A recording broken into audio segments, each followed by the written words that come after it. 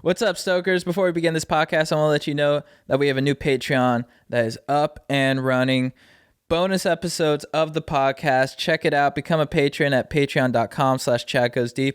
We also have tour dates coming up. Our next show that's tonight is at Oxnard, Santa Barbara, North LA area, the Levity Live. And we got future dates. We're going to San Jose soon, and then all over California, and then some Texas dates, and then DC, Michigan, and future dates coming. So check all those dates out at chatgoesdeep.com. We're also brought to you by the legends at Private Internet Access. What's up, dudes? Thank you for sponsoring the podcast. So Private Internet Access is a VPN that hides your IP address, encrypts your connection, and keeps you safe online. You don't want people coming in and stealing your data and all that nonsense. You know, all those crazy emails you get, or just like those targeted ads, or, spam and stuff. Well, Private Internet Access encrypts your data so, people can't see it.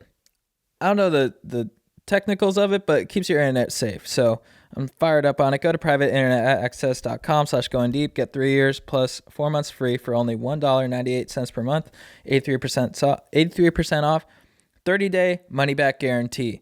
We're also brought to you by the legends at Allform. Allform, what up, dudes? Thank you for sponsoring the podcast. Big shout out to our new friends at Allform.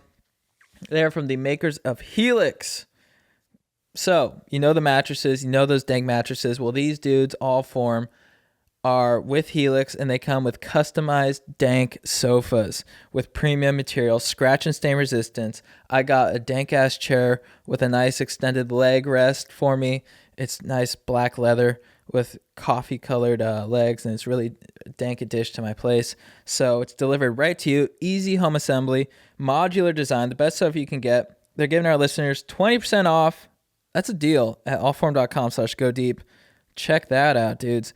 We're also, of course, brought to you by the legends at Manscaped. Manscaped, thank you so much for keeping our trims peeled, for looking after our hogs, for making sure that our dinks are looking fresh and clean, because splish splash, I was taking a bath and I noticed I have beautiful balls. Our friends at Manscaped, the global leaders in below-the-waist hygiene, are turning men's shower dreams into their favorite routine with the all-new Ultra Premium Collection. This all-in-one hygiene skin and hair bundle is designed to upgrade the everyday man's shower routine from head to toe. Your skin, hair, and balls deserve this. Save big by going to manscaped.com for 20% off plus free shipping with the code GODEEP. All right, let's start the show. What's with deep? Going deep. Chad and JT. Put the sauce on the pizza and tickle my ass. What's up, Stokers of Stoke Nation? This is Chad Kroger coming in with the Going Deep with Chad and JT podcast. I'm here with my compadre, Jean Thomas. What up? Boom clap, Stokers. And we're here with the newly minted part of the Jackass crew, Rachel Wolfson. What up? Welcome you for having me. Yeah, pumped you're here. Thank you for doing it. I'm going to pull this closer to my face so you can hear me. Oh, no, I'm already breaking it. Am I? I think we can adjust it. Okay. Yeah. Hi. Can you hear me? Yeah, you can move that thing around. I didn't realize I can. It's not because I don't want to sit next close to you, JT. I do. I'm just. I didn't even think that was the reason until you just brought it up. Oh, no. It's just projecting my insecurities on you. I love that. I love talking about insecurities. Hell yeah. It opens me up. Yeah. Well, thanks for having me, guys. Yeah. Yeah, glad you're here. Hell yeah. Happy to be here. So I had no idea. Did you have to stay quiet about the whole thing until the movie was like starting to be promoted? Yeah. So we started filming before COVID. Okay. But before the BC in 2019. So also at the same time as you guys probably know, like you never want to say anything too early because you just never know what's going to happen. But yeah, so I kept it quiet for like a couple years because everything got pushed back because of COVID. What was the process to getting in the crew? How did I get jumped in, you mean? No, the process was basically I noticed like one day after like a stand-up video of mine, I think Laugh Factory posted one of my videos and like I got 15,000 followers just from one video. Mm-hmm. And like I noticed not long after that, like a couple famous people started following me. One of those people was Johnny Knoxville. And he was liking like a bunch of my content, like all of my jokes that I would put up. Nothing like if I put up anything that was like, which I rarely do, but I maybe will put up a bikini pic if it's like summer. Yeah. Or if I'm like, if I need like to get people out to a show, like here's my one bikini picture. But he wasn't liking anything like that. It was strictly just my content. And then he sent me a message one day that was like, hey, I want to ask you something. Also, like him and I had banter back and forth on Instagram. Like he would put up funny videos and I would always have the top caption as far as like comments. Right. And so he sent me a message, was like, hey, do you want to get on a phone call with me? I want to ask you something about something. And I like couldn't believe it. I was like, is this really Johnny Knoxville asking me to get on a phone call? And so he called me and it was him. I mean, it's his voice. I was like, am I being pranked? And then he asked when he first asked me, he was like, it's an anniversary special. So it wasn't like, hey, we're shooting the movie. Mm-hmm. I was like, well, whatever it is, I want to be a part of it because I love Jackass and I would love to work with him. Yeah. So he asked me to come in for a meeting with him and Jeff Tremaine at their office. And it was like the quickest meeting ever. It was like 5 minutes. They were like, do you want it? That's when they told me it was going to be the movie. Right. They're like, we're shooting the 4th movie. Is this something you're interested in? Do you want to come play with us is what they initially said. And I was like, yeah, but in my mind, I'm like, what do they want with me? And they're like, well, do you have any questions? And I was like, no. So the meeting lasted 5 minutes because we're all really bad at meetings and have ADHD. Yeah. So, so I just like, I left there being like, did I really just meet with Johnny Knoxville and Jeff Tremaine? And did they really ask me to come be a part of shooting the movie? And then not long, well, probably that was over the summer and it wasn't until December did we go in for a test shoot. Right. So you just had that meeting and then, there was no sort of like audition process of like sending in a tape, or is that what the test shoot was about? That was the test shoot. The cast members and some of just part of the family got to throw in names in the hat of people they would recommend to be a part of it. And then based off like their research and whatever, they invited a group of us to come test shoot for 2 days. I showed up one day and then they had a group show up and shoot the other day. And it was pretty quickly that they saw that there was obviously some chemistry there. Like there was something to the group they put together and just like the camaraderie that was still there after all those years. And they could see a future with all of us together. That's awesome. And so what did the test shoot, did he do stunts or was it just sort of you guys hanging out? The test shoot, it was literally like shooting a Jackass film that day. Like it was like, or an episode of Jackass, if you will.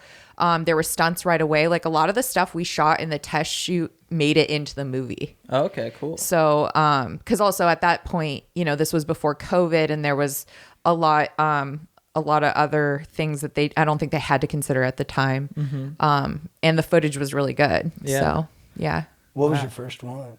My first, what did we do that day? What first stunt?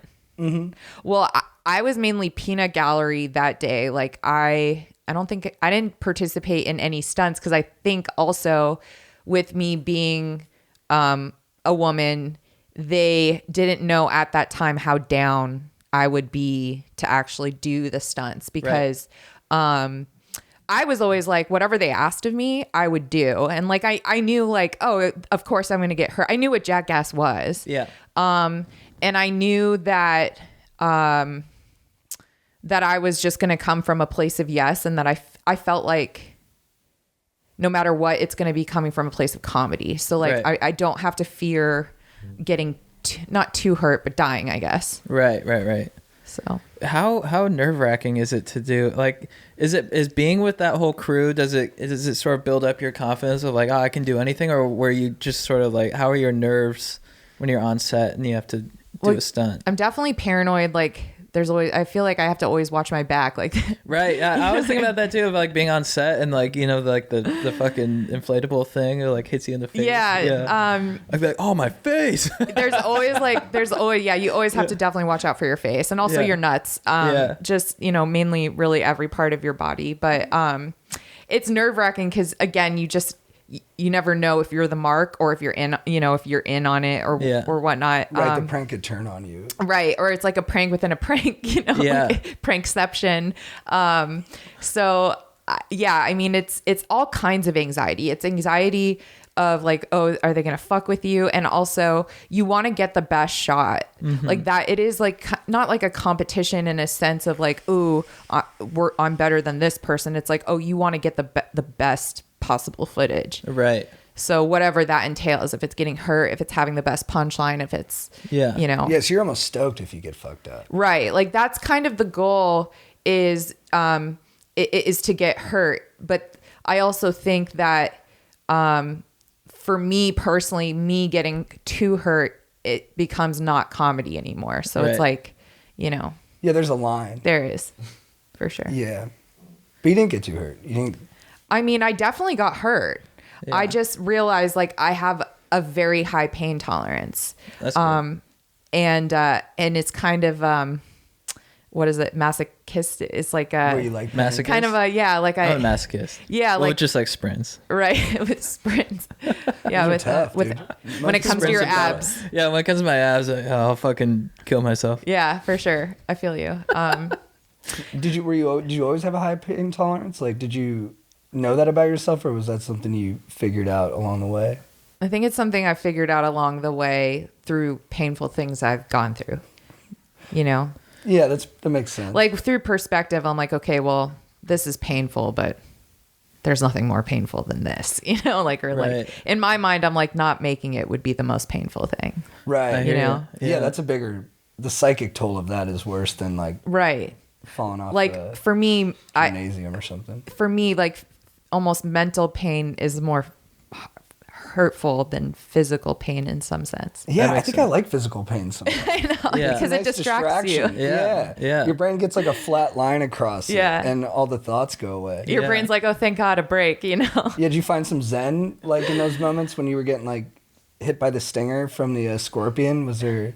Honestly, I think it's the adrenaline. Like it's like there's a release that comes from enduring the pain. Yeah. And having that crew around you gassing you up, being like, you're doing amazing. Like, this is amazing. That's gotta... Honestly, like when the first experience, I think, well, Knoxville reminded me there was something we shot with an electric eel where the stunt didn't work. It might end up on the cutting room. I don't know if anyone will see it, but we were all like duct taped together and like trying to get electrocuted from this eel, Yeah. But the eel wouldn't comply? No, the eel complied. It just like the current wasn't strong enough to go through all of us and like it just didn't work or whatever. But so did you feel like I felt a jolt, but it wasn't as strong as they needed it to be to have the effect they wanted. But afterwards they were like taking away the eel and someone was, or I guess Jeff was like, someone should just touch it. And I was like, I'll touch it. And I just stuck my hand in and like held the eel and like they saw that it barely had an effect on me. Right. And I think that's for them, that's when the idea started, oh, we can do some other things with her. There's something else to this. You know, she's not, she is a comedian, but also there's something, else that was there. But when I licked the taser, the reaction I got from the guys after doing it and not making a peep was like one of those moments where I was like, oh wow, like, okay, this is. Yeah. How'd you do that? I don't know. I just like. Did that thing burn? It was like when they're doing that to your arm. Charlie horse? Yeah. I forget what the Those political, are the worst. The political term. Oh yeah. I know it is, but I won't say it. Oh, yeah. You mean, right. Yeah. When you're getting burns on your arm, Charlie horse or whatever they're called. Yeah. It felt like that, but on your tongue. It was like a weird feeling for sure. Nice. How do they like when they do like the electric eel one? How do you guys plan for that? Like, do you look up on Wikipedia like the wattage of an electric eel and like? You know, there's a lot of research, I'm sure, that goes on on the Jackass end. Maybe there's not enough research, some would say. Yeah. Some would say the research is in the art of doing it. You guys are the research. Yeah, we are. Yeah, you We're are the doing data our own sample. research, you know? We know more about electric eels now because of Right. that. Like, forget Ben Franklin, you know? Yeah. So, yeah, I think, you know, when you realize like all the stuff that goes into building these sets and like building these like they're working with professional idiots. I mean, like, these are people who are professionally, they are, you know, that's their livelihood to do stunts and shit like that. So they know what's the safest way to be dumb, you know, right? Like if you're going to do that with like these guys who've been like, cause John Knoxville's been doing it for what, like 30 years now? 100 years. I don't know. He's been doing that. it for since we were very, very young. Which is remarkable. Like when you see him in the trailer and he's got like gray hair now and you're like, oh, he's still getting hit by like buffalo. Which was crazy because when we first got By to set, bulls. he had dark hair. He was the Knoxville we all grew up. Really? Yeah. And I was like, oh, wow. Like he still looks pretty much the same. And then like the pandemic happened and he showed up looking like Jamie Lee Curtis, straight up like the internet called it. I was like, wow, this is quite the transition, you know? Does he have like a methodology to like get his body ready for, like, does he have a practice that he does to get his body ready for all that? I mean, I don't know. Maybe dangerous like stuff? childhood trauma and like whiskey. I don't know what the like. Those are good. I don't know. Those I will get you can't there. speak for him. I think obviously Well, for did someone you have like a process to get ready for it? it was like it was cannabis indica, probably a session with my therapist and I don't know, some That's what mine self-talk. would be. Yeah, I would do like the same thing. I don't know. I take a hit of a joint and like here goes nothing. I don't know. What would you tell your therapist? Like, I'm gonna get tasered today, and they're like, yeah, do it. Yeah, it was one of those like, I don't really care what you say. I'm doing it, you know? Right. Do they like soft script it? Like they're sort of like, okay, today you're going to get stung by a scorpion. Today they're going to hit, you know, Aaron in the nuts.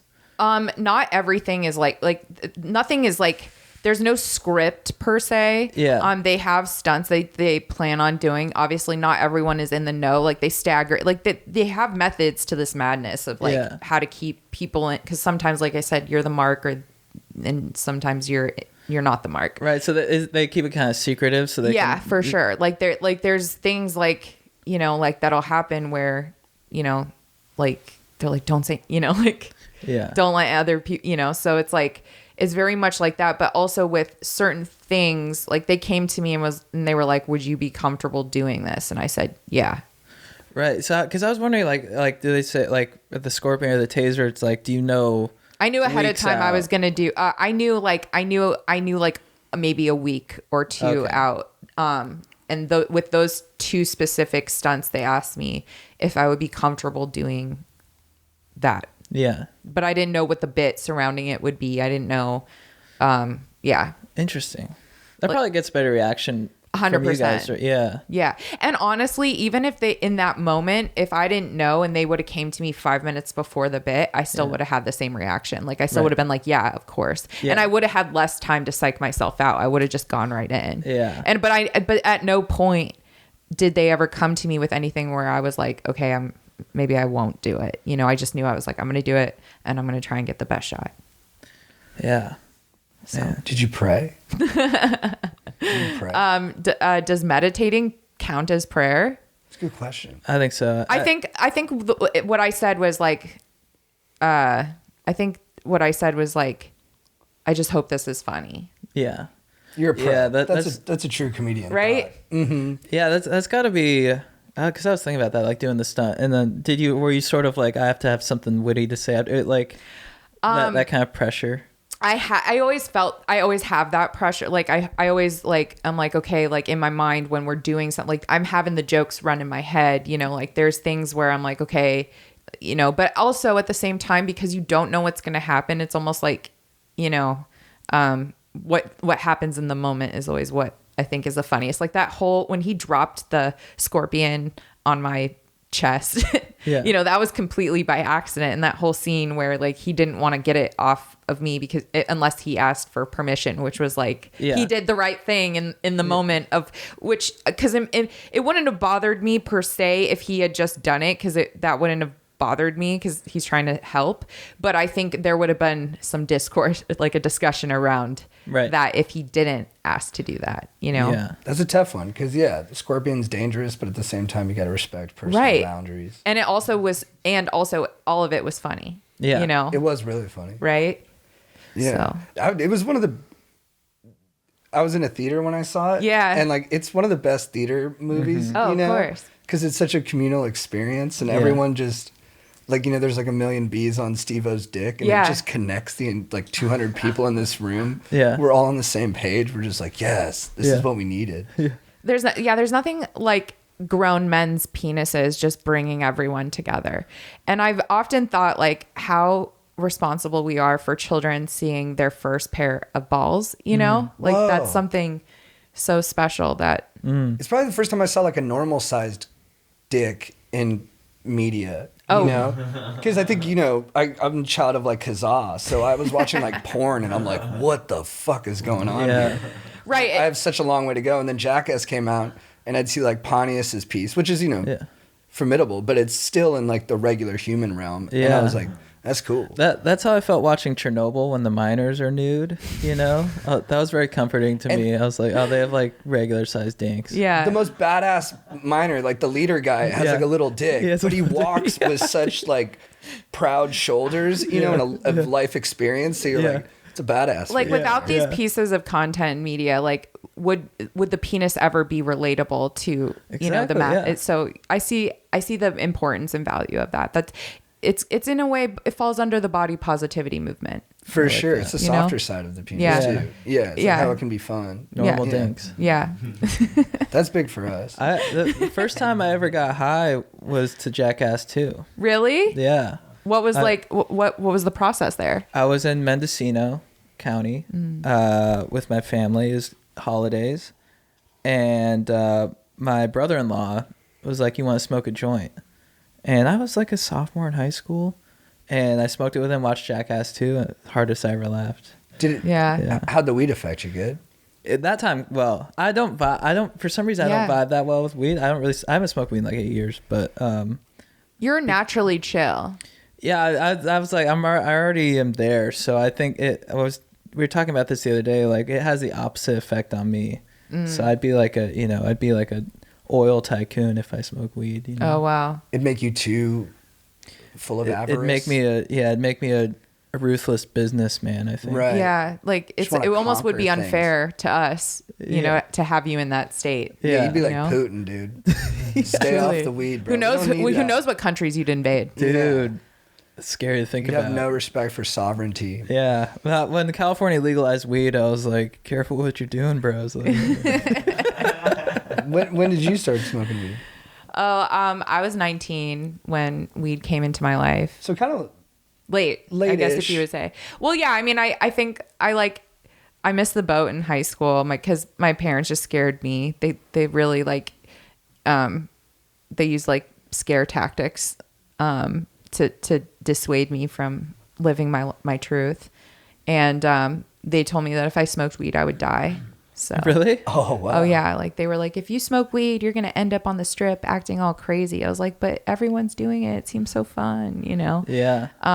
When they work in the legal yeah, field, right? they have like, you know, professional jobs and stuff in law. So I think it just wasn't a good look for the brand of the family at the time. Right. But no, and then I went away to college, and like people would offer me weed, and I'm like, no, I can't do it. I'll die. Yeah. And they're like, no one's ever died. Yeah.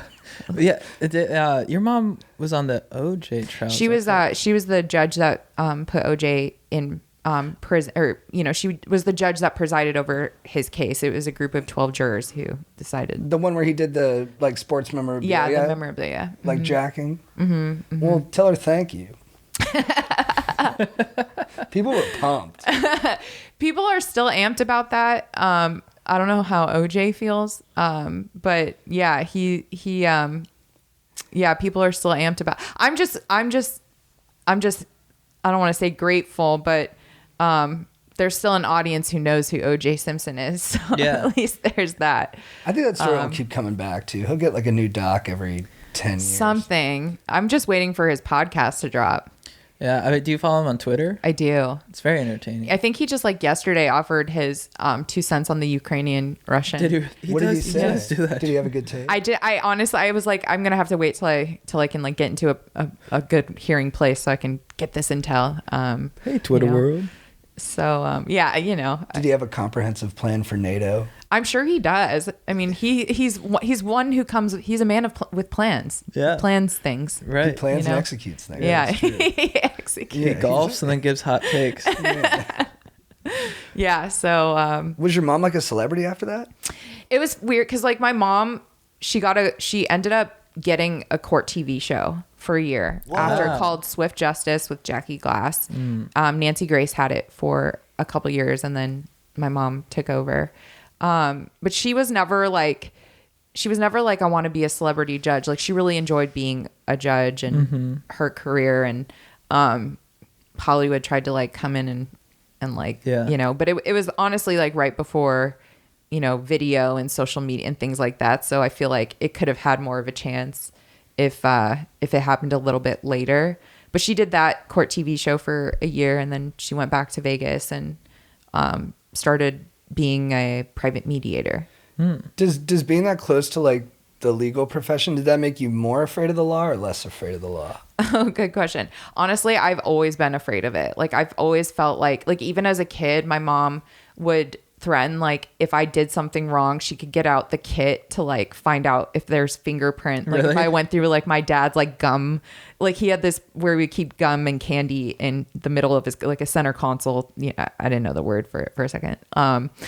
She was like, if you went in there, we could find out. We have the fingerprint technology. That's hilarious. Dude, I'm a kid. She's telling me this. They would interrogate me at the fucking dinner table. Really? You know, oh yeah. Like if I was in trouble, it was one of those, do you have something to tell us? And then it's like I'm going through the list in my They're head trying to of get all you the to trap things yourself. I've done wrong. Like very much good cop, bad cop. Yeah. So yeah, I think that's why like my natural anxiety, like I'm still to this day, I'm like, oh my God, I'm gonna get in trouble with my parents. You know what I mean? But that makes what you do more fun, right? Because you're like, I'm being bad. Like this could get me in trouble. I think that's like why like when someone tells me not to do something, there's just that like it stokes that like, oh, I'm gonna do it. I'm gonna do it. You know? Do they have that in the dinner room? They have like that mirror, you know, with like the looking glass, and they just leave you in there for like an hour. Yeah. Just observe you. Basically. Yeah, just to wait for food. Basically, see if I confess. They come in smoking a cig.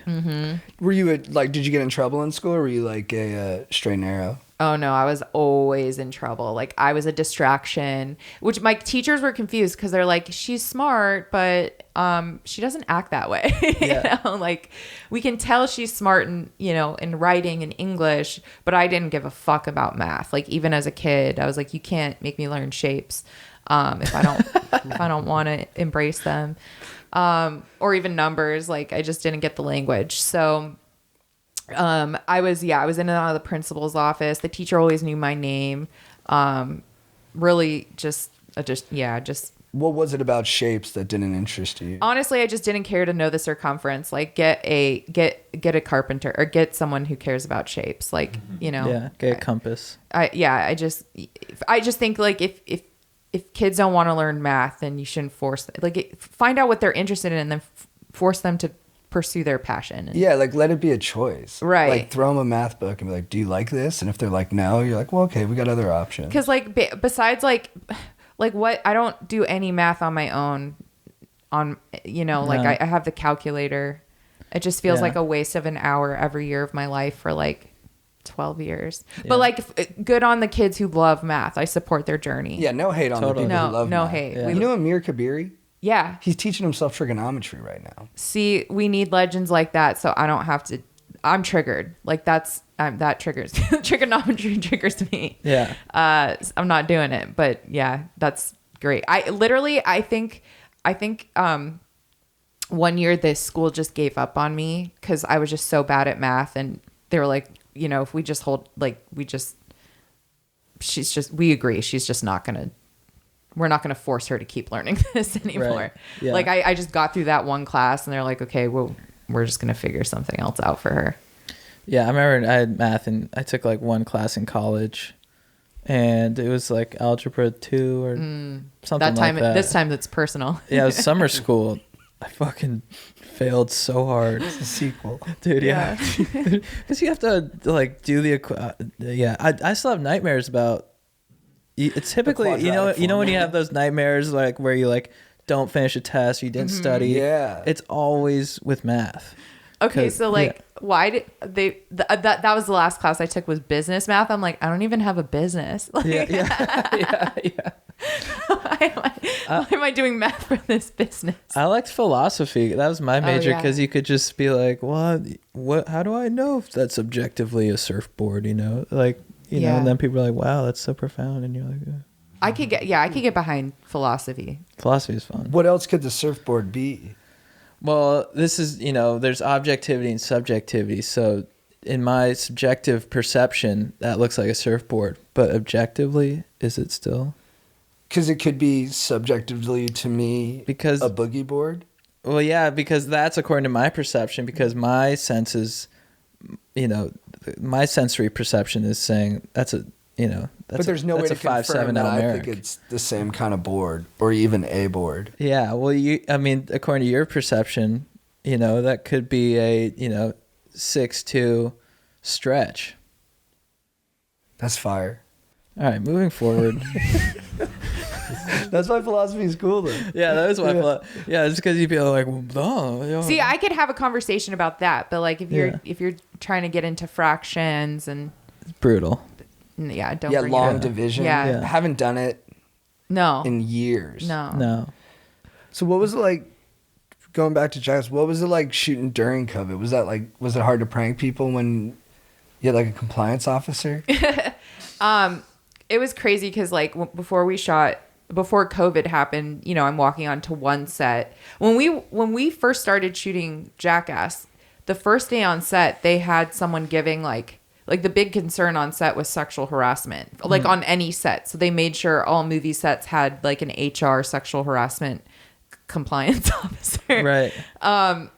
Like, so when I get to set the first day, they're giving a seminar about this. It's really weird because I'm the only girl. There's no one else. Like, yeah.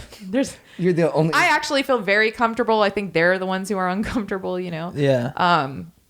And then like a couple months later, when we came back to shoot after COVID, it was like, oh wow, this is like everything is like you have to stand here, you can only eat here, you have to wear your mask, you can't even get out of your car until you test negative. Like they took it very seriously. Like it's like they were like the gold standard of safety on for COVID, which is funny to me.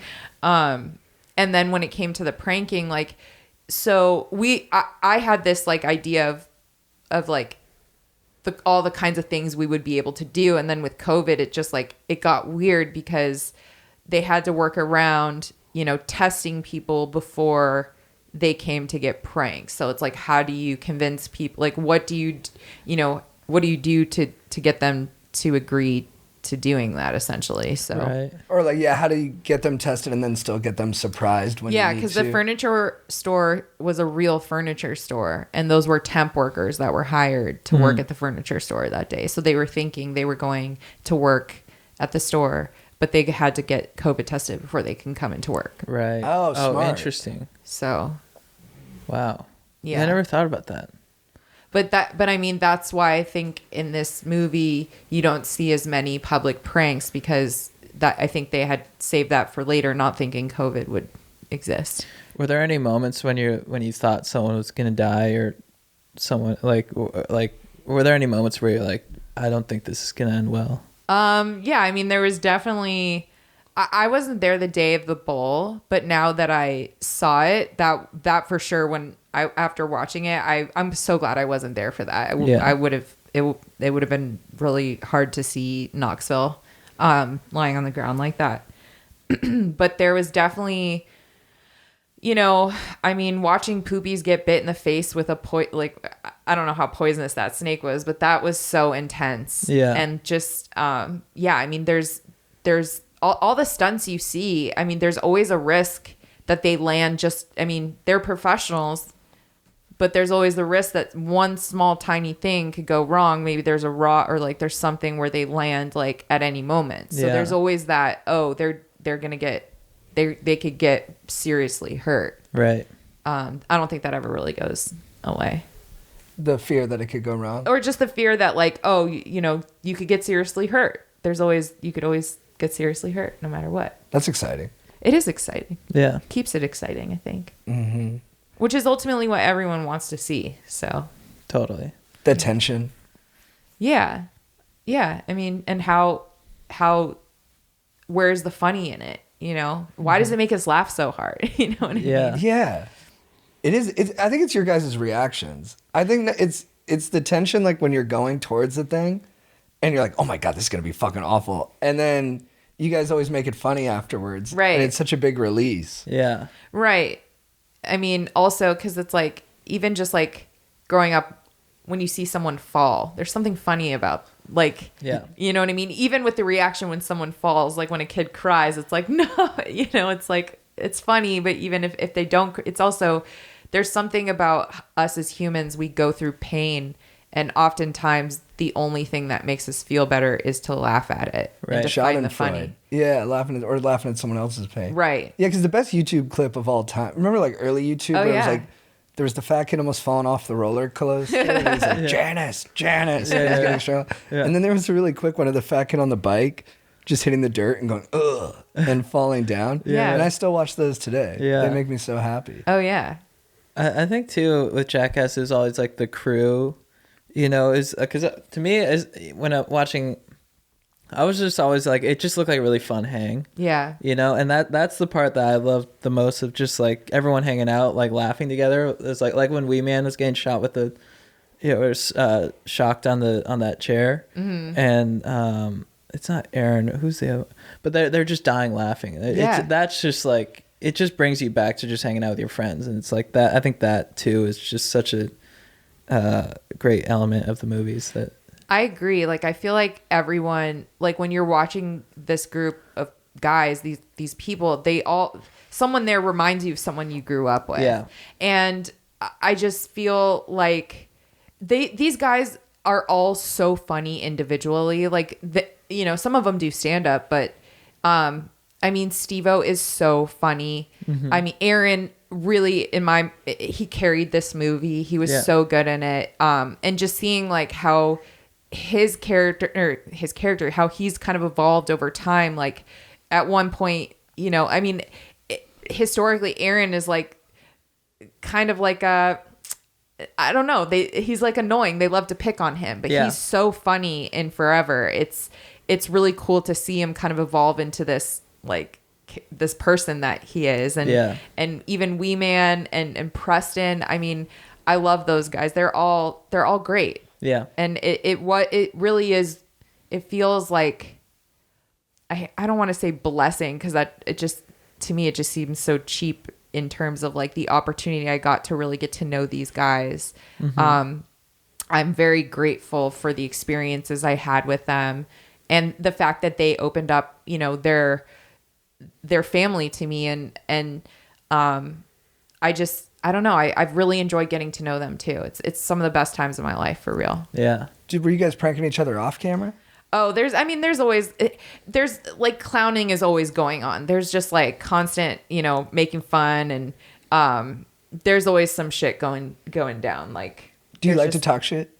Do I like to talk shit? Mm-hmm. Oh yeah, for sure. Were you like the shit talker of your friends growing up? I don't know if I was like the shit talker, but oftentimes like I feel like people would come to me to talk shit because I would always have something like a funny thing to say or a funny reaction to it. Mm-hmm. So you were like the fun one to challenge to see if they could keep up. No, what I'm saying is like they would come to talk to me about like they would come and talk their shit about whatever else to me, and it's like just to hear what I would have to say, like privately. Fun. Does that make sense? Like, totally. What are your thoughts? Like, Oh, like privately? Yeah, like privately they would come to me and be like talking shit about something, and then I would, what would be my reaction, Oh, that's hilarious. And to that pain thing too, about how we enjoy watching, we were talking about Real Housewives. It's kind of like why I like watching those shows too. It's a different kind of pain. Yeah. But like just the emotional volatility and the way that they go at each other and don't hold back there's something cathartic about it where you're like, I wish I could unload on people like the Right. Real Housewives do. Well, it's an escape Yeah. for sure. Do you have a favorite Real Housewives? I mean, I love OC for sure. I was just with Tamra the other day. Oh, you What? were? Oh yeah, we were, because I did watch What Happens Live with her and her husband Eddie Judge, and we're cool, and I really love her. So That's really cool. Matt and I spent Valentine's Day dinner with Eddie and Tamra. Oh, really? How was that? Great guys. Yeah. Yeah. Yeah. He goes through a lot. Good people and good people. What do you in mean he the goes OC. through a lot? I mean, his wife is a housewife. Oh, right. So just to have to Just endure chaos. that chaos. Yeah. He's very much a normal guy that, you know, when he walks into a situation, they're all yelling. His Yeah. instinct, like anybody, would be like, guys, let's relax. And then there's always producers like, get this fucking guy out of here. Yeah. This is good television. Yeah. I watched Miami. Recently? No, when I was in college. Me too. Yeah, I was like dating a girl from Miami for like a month. Or we weren't dating. She just flew out from Miami. So we watched Real Right. Housewives Miami. And it was fun. I really enjoyed it. Yeah. then. I haven't dabbled since, but I should get It's into good it. content. Yeah. Not really. It'll rot your brain, but you know. It's I think the hardest I've ever cried from art was Real Housewives of Jersey. Which When one? Teresa's brother was fighting with his dad. Yeah. And he was like, "Look at me, Dad. Can't you see I'm just like you?" And the dad was like, "I can't look at you." Oh. And I was like, "This is like The Sopranos or something. Yeah, this it is is. like deep, deep shit." It is. I fell asleep to The Sopranos the other night, and I was, you know, when you fall asleep to something and you're like in the show in your dream. I was with Tony. Oh wow. It was pretty crazy. Yeah. Were you guys getting along? Yeah. Nice. Yeah. I don't really remember what we were doing, but I think we shot someone. I don't know. I don't know what's going on, but I was in the sprint. It felt That's like I was really in the sprint. cool. Yeah. Thank love you. that. Yeah. Cool story. Have like people been reaching out to you, like inspired by your Jackass? I mean, I've been getting my DMs are lit. One guy asked if I would hit him with a truck. Really? Yeah. I was Oh, like, that's interesting. I didn't think that's Yeah. stuff. I'd never thought about that people would like ask Yeah. you. Oh, interesting. I was like, what's your budget? Why did you ask him why he wants to get hit by a truck? I don't ask those questions. I get it. I get I'm it. just like, do you have the funds or not? Like, Yeah, this yeah. is, I don't care if you have the insurance. I just want to know, do you have the Benjamins for this? Is that the craziest one you've gotten? No, I like literally, I get, what was some guy with what was the feet one? Well, you got a wiki feet made out of it. Oh yeah, my wiki feet is lit. Nice. Yeah. Oh, congrats. And so I made the mistake of, before like all this happened, I was like going through my Twitter to see if I had anything offensive, but what I should have been doing is looking at pictures of my feet. Right. You know, because like, but You got that got a huge bump. I mean, like I have a good rating, so I'm pretty stoked on my rating. Like Yeah. it says nice feet, you Nice. know. I'm real stoked on it. Yeah. Yeah. Did you put in a rating? Yeah, you gotta support your girlfriend. Yeah. Are you a foot guy?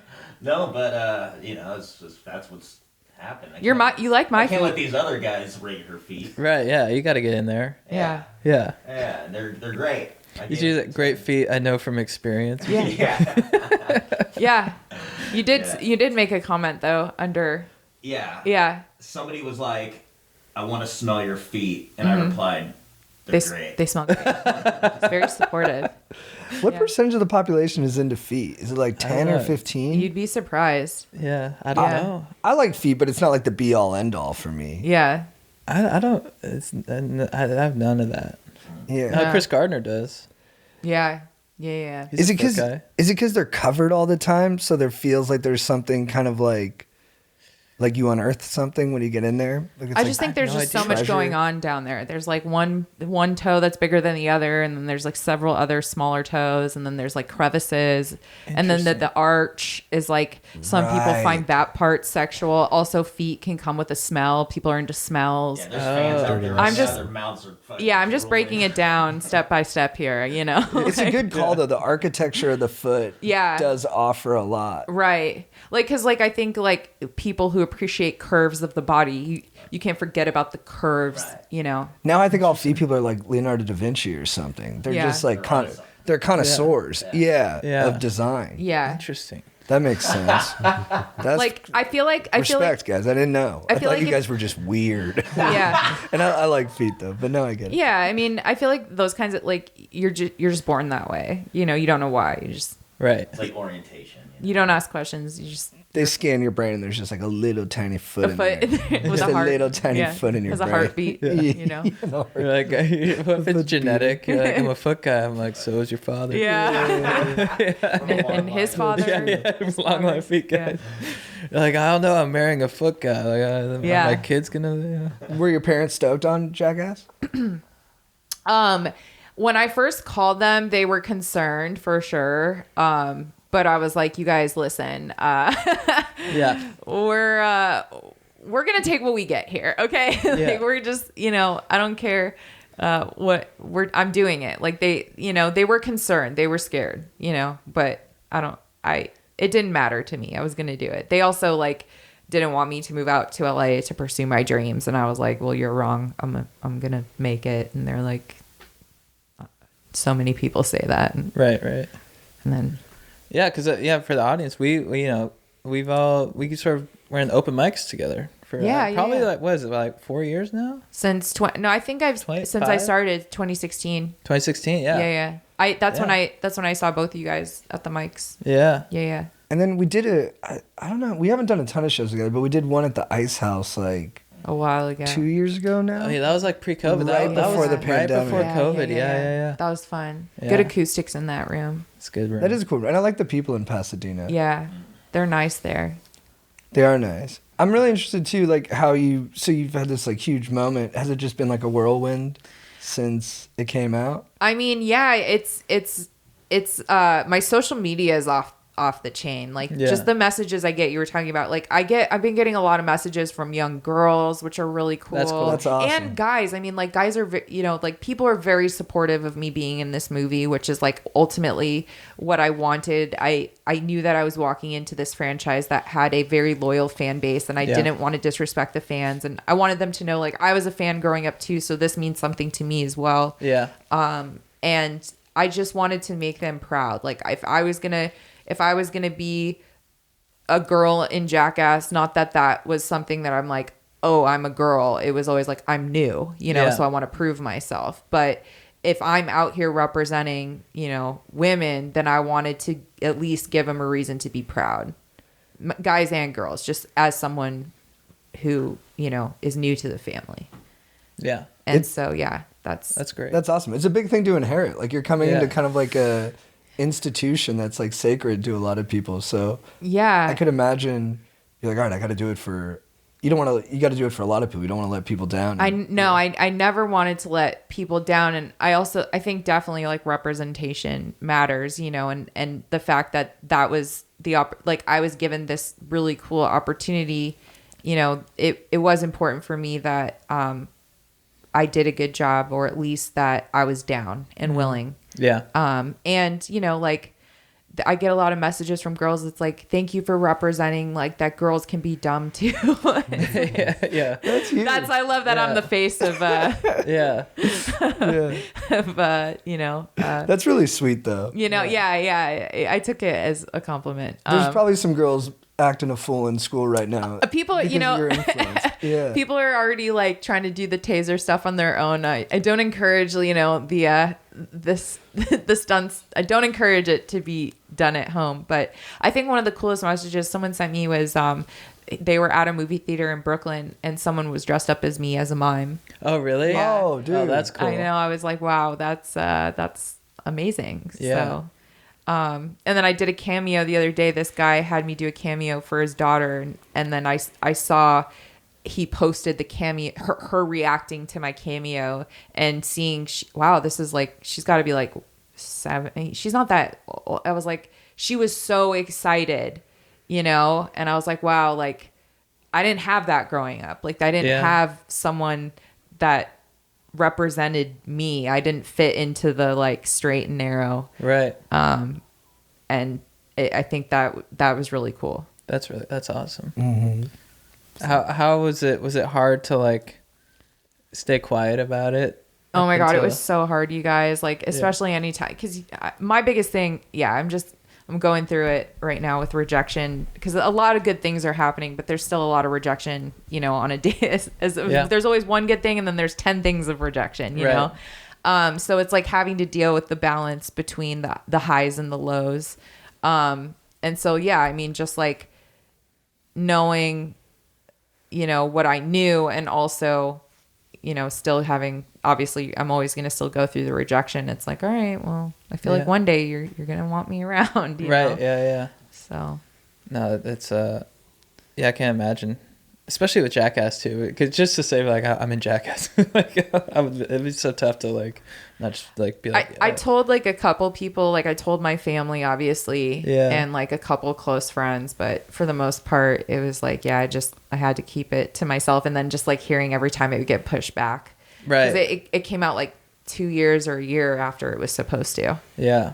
So, she told me on our first date, and I was like, "Ooh, I gotta stick around." Yeah. Oh, really? You found it? Why do you think Matt and I are still together? You were flexing early. You came in flexing. Well, on our first, because I was like, I had just came from the meeting. Like, I literally had like, I was like, I have like no one to tell. Like, I couldn't believe it. So it was like, you know, he's watching it happen as it's happening. So it's like, it was like, I had this crazy meeting today, you know, so I had to tell someone and we, you know, we were in love. Should we just, Matt, do you just want to get in here and take this seat? And then we should just get in here. Yeah. I know. I feel like the audience is gonna be like, "Who is this man?" We got to put a face to the voice. Yeah. Do you want to introduce him to the audience? We might have to switch the camera angles a little bit.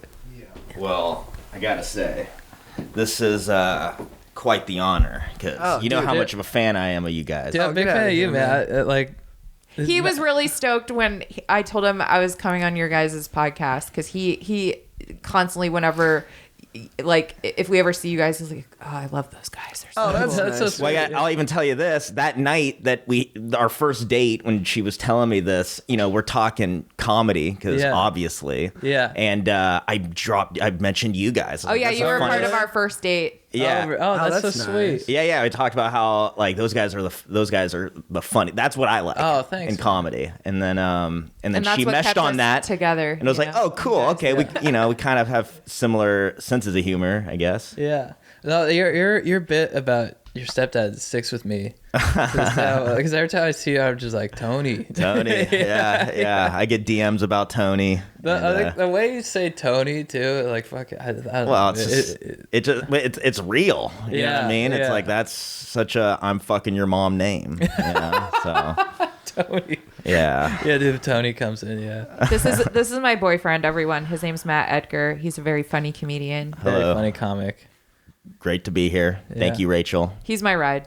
Yeah. It's nice. Yeah. It's nice you came. He's not just my Sweet, boyfriend. very supportive. He's not. Also, he's not just my ride. I've also do security. Yeah. Were you nervous dating a comedian?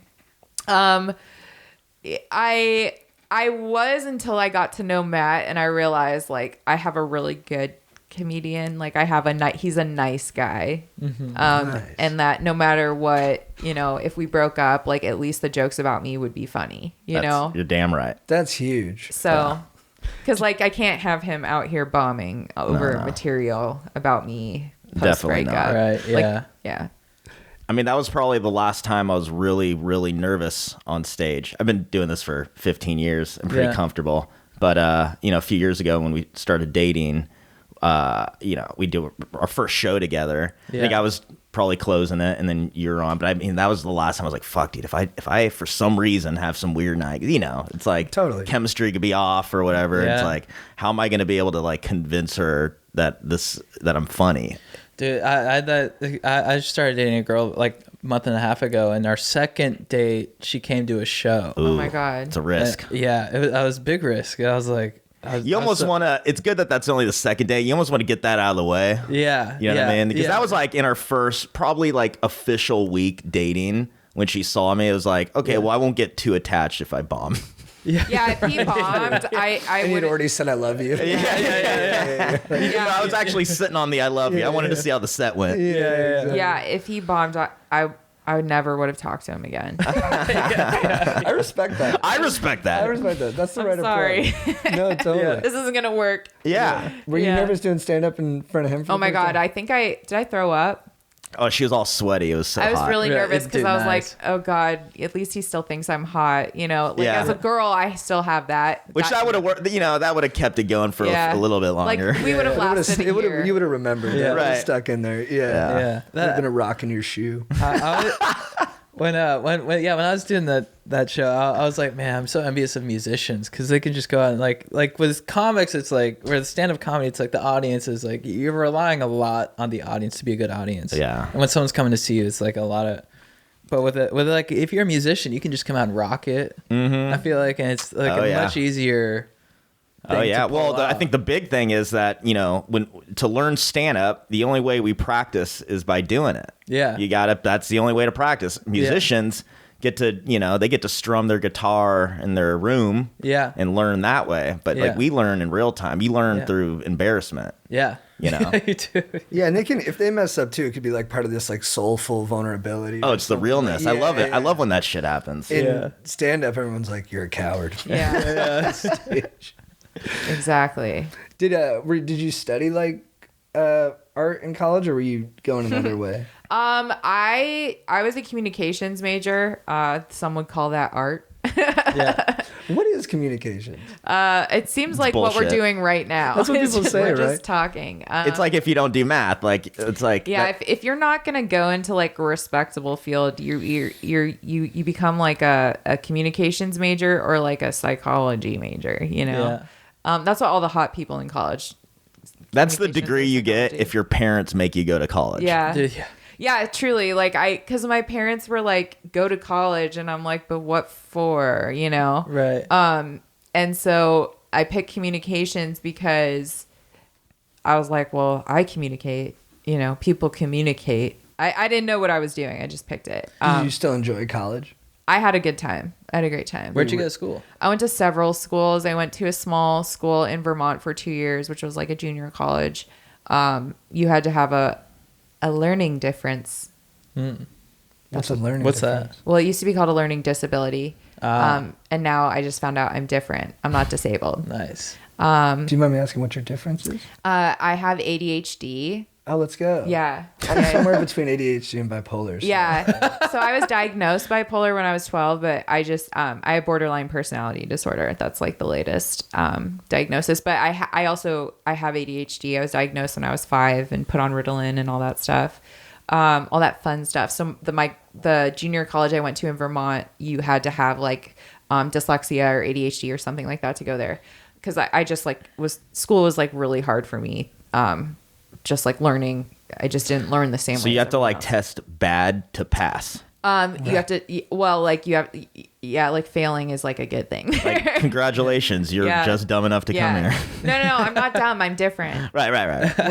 Did you have good buddies there? Like were the Yeah, I had all kinds of different friends. That's what I'm kind of curious about. Yeah. Did the differences manifest themselves in the socialization at all? Yeah. Well, it's funny because like Hopefully in a positive a lot way. of my friends were older because they dropped. They like went off to a traditional school. Like I had a friend who went to Harvard and then he ended up at this school. Interesting. That's cool. So, but yeah, it was cool because I got to be around like older people, and it wasn't just like I was around dumb 18-year-olds. So after that, I transferred to American University in Washington, D.C. I was there for a year. And then I was like the dumbest person in all my classes. So I was like, I'm going to transfer down to Florida, where I was the smartest person in all my classes. Nice. And That's a good feeling. Yeah. It's like So I finished up school there. I got a master's in communications, Nice. marketing. And Oh, you have a master's? Mm-hmm. Oh, so you're like highly educated. I'm just high. Saw that coming. Nice. One. Walked right into that one. That was quick. Yeah. Do you mind talking about like the ADHD? No, let's talk about it. Because I was diagnosed bipolar like 5 years ago. And then I talked to my psychiatrist like a week ago, and he was like, "Hey, I think I might have had your diagnosis wrong." I know. I love how they do that. Yeah, and I'm like, dude, I've been telling people this for 5 years. I've been like self-defining this way. I've been like thinking of my behavior through that lens, and now I'm like, it was easier almost getting diagnosed than now getting like re-agnosed. Yeah. And now I'm like, I don't know how to feel about it. Yeah. You know what I mean? Well, did they just take that away and give you something else instead, or? He doesn't have a new thing.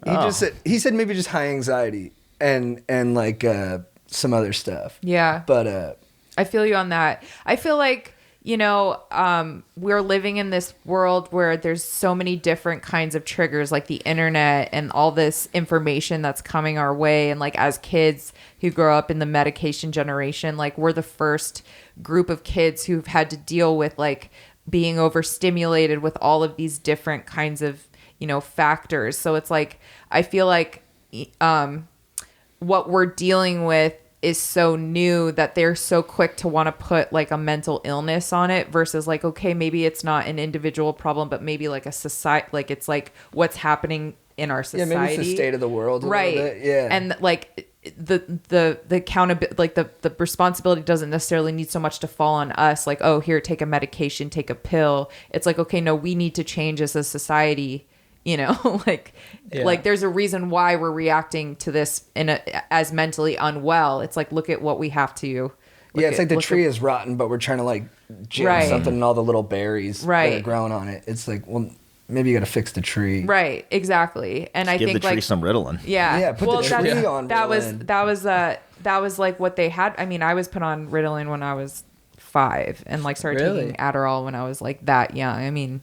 Yeah. Was that because you're 5, you're already wired, right? And then they're giving you more something that legal cocaine that really heightens the wiring, right? Yeah, because I had a lot of fun on Adderall, and then it started having like fun with me. Dude, I wanted to start a business. I was 5 years old. I'm like, let's go. Yeah, you're getting amped at 5. I remember when I first that was how I felt with my ADD diagnosis because he barely tested me. He's like, point out the things in this room. It's like a picture of like a room. And I forgot what a windowsill was. I was like, that's I don't know. Yeah. And he's like, well, you definitely have ADD. And I'm like, well, I also eat a lot of Taco Bell. Yeah. So maybe it's that. So yeah, when I first got Adderall, I was just getting in high school, just getting so amped. And like they gave me Ritalin at 5 also, and in middle school they tried Adderall for a week. I don't know what was wrong with the Ritalin, why they made that call, but Ritalin got knocked off, dude. Like Adderall was like later. Oh, they got buried by Adderall. Yeah. That's like the new champ, And but when I got Adderall, I was on it for a week, and it was the only time I was ever suspended because Really? I choked a kid out. Did you Really really? aggressive. I'm not a fighter, but me on Adderall, you don't want this shit. You do when you're on Adderall. You do have that feeling where you're like, I'm not afraid of anything. Yeah, I think that's what it was. You turn into Hulk. I think I could choke this guy right now. Did he do something to prevent it? He triggered me because at the time I had just moved away from my mom to my dad's, and it was like kind of hard for me to like move away from my mom. And he said something like, "Oh, I'm gonna suck your mom's tits." Oh, I was like, you can't do that if you're I would have stabbed him. unconscious. You were literally trying to prevent the act. Yeah. You were like, you took it seriously. This dude is going to try and suck my mom's tits. Oh yeah, I gotta stop him. I got to protect her. That's respect, dude. Yeah, and then Standing up for your mama. and he never, it was funny because he was actually in the next class after lunch. Like I was supposed, like we go, so I go in the class and he doesn't show up. So I'm like, did I kill that? Is he still there? And then next thing you know, it's like, Matt Edgar, please report to the principal's office. Like, oh, there it is. Yeah. I thought that'd be. Yeah. That's probably better. Yeah. Yeah. You can't do that for Or it's for sure better. Yeah, For sure. For sure. You didn't kill him. Did you ever get into a fight? I one time when I was in middle school kicked this girl in the knee. Ooh. Oh, nice. That was Provoked? it. Yeah, she said something to me. We're like friends now. Oh, that's good. You guys Yeah. squashed it. Mhm. I love Squashed it. those. Those are my favorites. Yeah. Yeah. That was one time I can remember. Did any of the cast members on Jackass, did they ever throw blows at each other? Everyone kind of gets it. No, it's all love there. That's awesome. Yeah. I mean, in the how many decades they've known each other, there's got to be some kind of. There was a tussle at some I point. didn't see anything. Again, like I'm coming in late in the game. Like I'm sure there's like, Yeah. Did Yeah, they're you friends. get to go to set? I would drop her off and pick her up, and I know He the would guys. come hang after. Like we would go get dinner sometimes after, and so like he would come and like all the guys know him. They're all really cool with Matt and stuff. So How long was the recovery from the scorpion sting?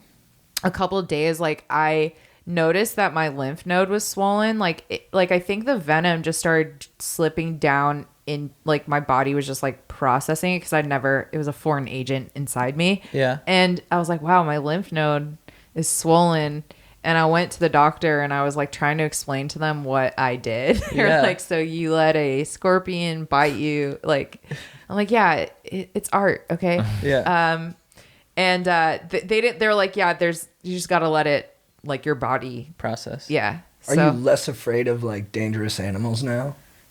There's like, I'm trying to think of things like, unless it like could kill me, I'm not that intimidated, if that makes sense. I mean, I'm still killing the spiders in the relationship. So. I mean, yeah, Nice. but it's just because I'm lazy, not because I'm scared, you Yeah. know? Like, and I'm scared. and I fight through the laziness. Yeah. Dude, spiders are scary. There's a lot of spiders at my place. Oh yeah. I always think they're in my wetsuit now. Oof. And I'm like, what if they're just hit me? Man, that's a seed you planted in you.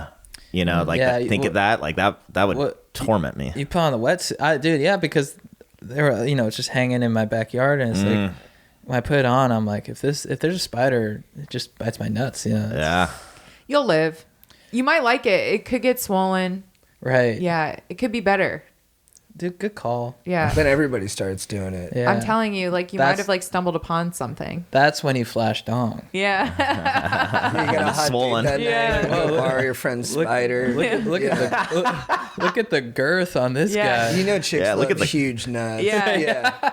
You have a gun in your pocket and you're happy to see them. Yeah, dude. you got He's like, got blue balls, literally. got like a cantaloupe nut sack. That's hot. That did happen to me one time. I did have a swollen nut one time. Just one? Yeah. Yeah. Did you walk around lopsided? Dude, I had to wear a jock. It's called epididymitis. Oh, no. How's that? Yeah. Was it an injury? No, it was from sexual activity. Oh shit, you went Thoughts hard. and prayers. Yeah. Chad goes hard. Chad goes Yeah. deep. Tell us more, dude. Well, yeah. So the doctor said he didn't say it was. He just said some bacteria got in there from a blowjob. Yeah. Whoa. And it's called epididymitis, where it swells the epididymi, which is I think the connector to your nut. Uh-huh. Oh, wow. And so he's like, let me ask you something. Have you had anal sex recently? I'm like, dude, I've been trying. I wish. I wish, dude. And he's like, come on, bro. And I'm like, I know.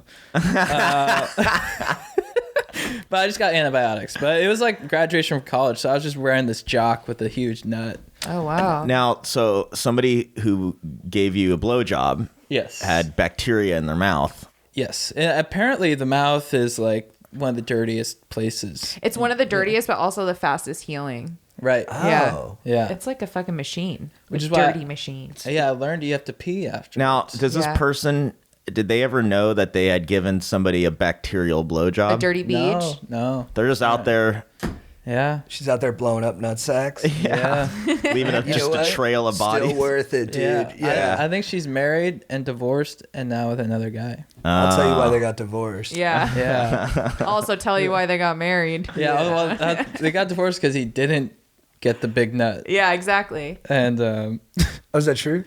yeah. Yeah. Oh, Yeah. it's hilarious. Yeah. Do you guys want to answer some questions? I love questions. Sweet. People are asking questions? They're not specific to okay. us. They're just kind of like life things that I they're love going questions. through. What's up, guys? I'm interrupting this podcast to let you know once again that we have a new Patreon up with bonus episodes of the podcast. If you want an extra hour of Stoke-nash, of dankness, check out our Patreon, patreon.com/ChadGoesDeep for bonus episodes of the podcast. Become a Patreon now. You will not regret it. We also have tour dates coming up. We're at Oxnard tonight, Levity Live, Santa Barbara, North LA area. We have other dates coming up, San Jose, all over the country. We're going to be touring all over the country. We have more dates coming out, so check out those dates at chadgoesdeep.com. There's a tour tab. Click that for the links. We're also brought to you by the legends at Private Internet Access. What's up, dudes? Private Internet Access. You guys are legends. What is private internet access? It's a VPN that hides your IP address, encrypts your connection, and keeps you safe online.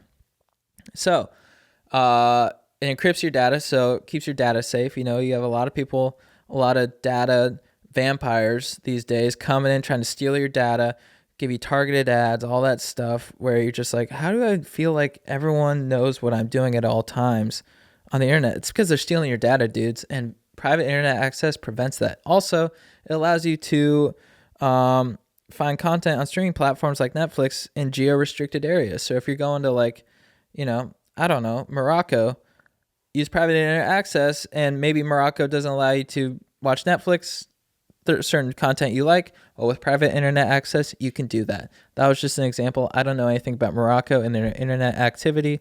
I assume they, you know, have dank internet, so no disrespect. So yeah, even if you use incognito mode, your internet service provider is storing your browsing data and many times even selling it. You know, you hear about these social media companies stealing your data and stuff. That's what they're doing, and private internet access prevents that.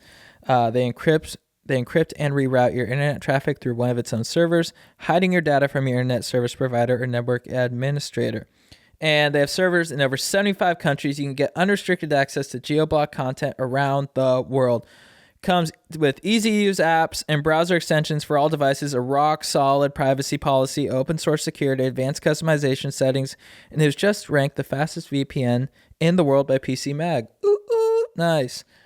So if you sign up with PIA right now, you can take advantage of a special deal only for Going Deep listeners/viewers.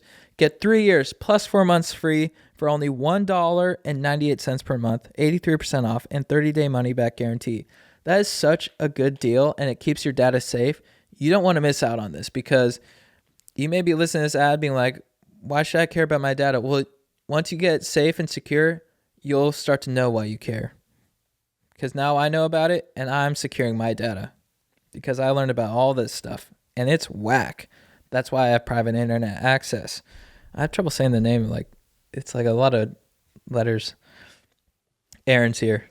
That's privateinternetaccess.com/goingdeep. Get 3 years plus 4 months free for only $1.98 per month, 83% off, 30-day money-back guarantee. PIA has 30 million downloads worldwide and is available on all platforms: Windows, Mac OS, Android, Linux, iOS. We're also brought to you by the legends at Allform. Allform, what up? You guys know Helix. You guys know Helix mattresses. You know how dank they are, how comfortable they are. Well, the makers of Helix also have a new company, Allform, for dank customized sofas. I have a dank new chair, much like this one. It's black leather. It looks so good in my place. It has like a leg extension so I can rest my legs. And it was easy to put together. And it's just so sleek, and like this leather's like stain and scratch resistant. It's such an excellent addition. So if you want to be like Strider and bone up on your furniture, check out Allform, because Allform is basically Helix, and they've left the bedroom and started making sofas. It's dank. You can get a customized sofa using premium materials and at a fraction of the cost of traditional stores. You can pick your fabric, the sofa color, the color of the legs, sofa size, shape, and make sure it's perfect for you and your home. They got armchairs, love seats, all the way up to an 8-seat sectional. What up? You can buy more seats. You can start small and big and get bigger and all that good stuff. They're delivered directly to your home with fast, free shipping, and you can assemble it by yourself, which is dank. So Allform takes a few weeks to arrive in the mail, and you can assemble it to yourself in a few minutes. No tools needed. Very dank. I have an Allform chair. I told you guys all about it, and it's very sick. They also offer financing and flexible payment plans, so an amazing sofa is never far away. They even offer a forever warranty, literally forever. To find your perfect sofa, check out allform.com/godeep, and Allform is offering 20% off all orders for our listeners at allform.com/godeep. That's 20% off all orders at allform.com/godeep. Finally, last but most certainly not least, we are brought to you by the legends at Manscaped. Manscaped, thank you so much for keeping our trims peeved, for looking after our hogs, for making sure that our dinks are looking fresh and clean, because I'm wearing white sweatpants right now, and I would only do that, and I'm only able to do that because I trim my pubes. They say, only wear white when you trim your pubes. They also have a new shower routine. So they're covering your hair, your whole body, and your dink. So lather on the cologne infused ultra premium body wash with aloe vera and sea salt to keep your skin feeling clean and moisturized all day. Not sure if you heard that correctly, but this body wash is cologne infused. So that special someone in your life will absolutely love it. Also, it's hair care time. Apply the 2-in-1 shampoo and conditioner that cleanses and nourishes in one step. The non-greasy formula also has a base of coconut water, green tea, also aloe, turmeric, and sage. Apply this to your armpits and pubic region too. Once you hop out of the shower, protect yourself from body odor by applying on the Manscaped aluminum-free deodorant. This deodorant dries clear and is also cologne infused. Do you have tattoos or dry skin? Let's hit your skin with the hydrating body moisturizer spray. Also, apply the Manscaped lip balm. It's a free gift when you purchase the Ultra Premium Collection. And last but not least, we're using the Lawnmower 4.0 electric trimmer to clean off any unwanted body hair. I trim my pubes and my chest with this. Keep it nice and tight. It's also waterproof. So, guys, if you want to streamline your hygiene, I'm talking hair, body, dink, Manscaped has it all. Get their premium collection. It's super easy. You don't have to go looking for all different stuff. They have it all in one package. So get on it. Get 20% off plus free shipping with the code godeep at manscaped.com. That's 20% off plus free shipping with the code godeep at manscaped.com. It's time to get wet and clean with your new Manscaped shower routine. Okay, back to the show. Do I tell her and risk or push it under the rug? Please keep anonymous. Dear Senseis of Stoke, first of all, I'd like to say what up. Thanks for being there to counsel stokers of all ages and provide clarity in times of emotional and ethical turmoil for listeners. I'm in a pickle. My ex, let's call her girl A, and I broke up about 6 months ago after a 2-year relationship. We started seeing each other and agreed to be monogamous again after 3 months apart, but not officially girlfriend and boyfriend. I see us being official again in the near future. I really love this woman. She's first team all mega babe and has super similar ambitions and values as I do. Very sweet. She's 25 and I'm 26, and this could be the real deal. While we were apart, I slept with someone else a few times. Let's call her girl B. I cut things off with girl B once girl A and I started sleeping together again. Girl A asked me about girl B and I lied and said we never slept together. Mm-hmm. Now that girl A and I are most likely to be in a relationship, I feel very guilty and want to come clean. But I know for an absolute fact if I do, girl A will want nothing to do with me.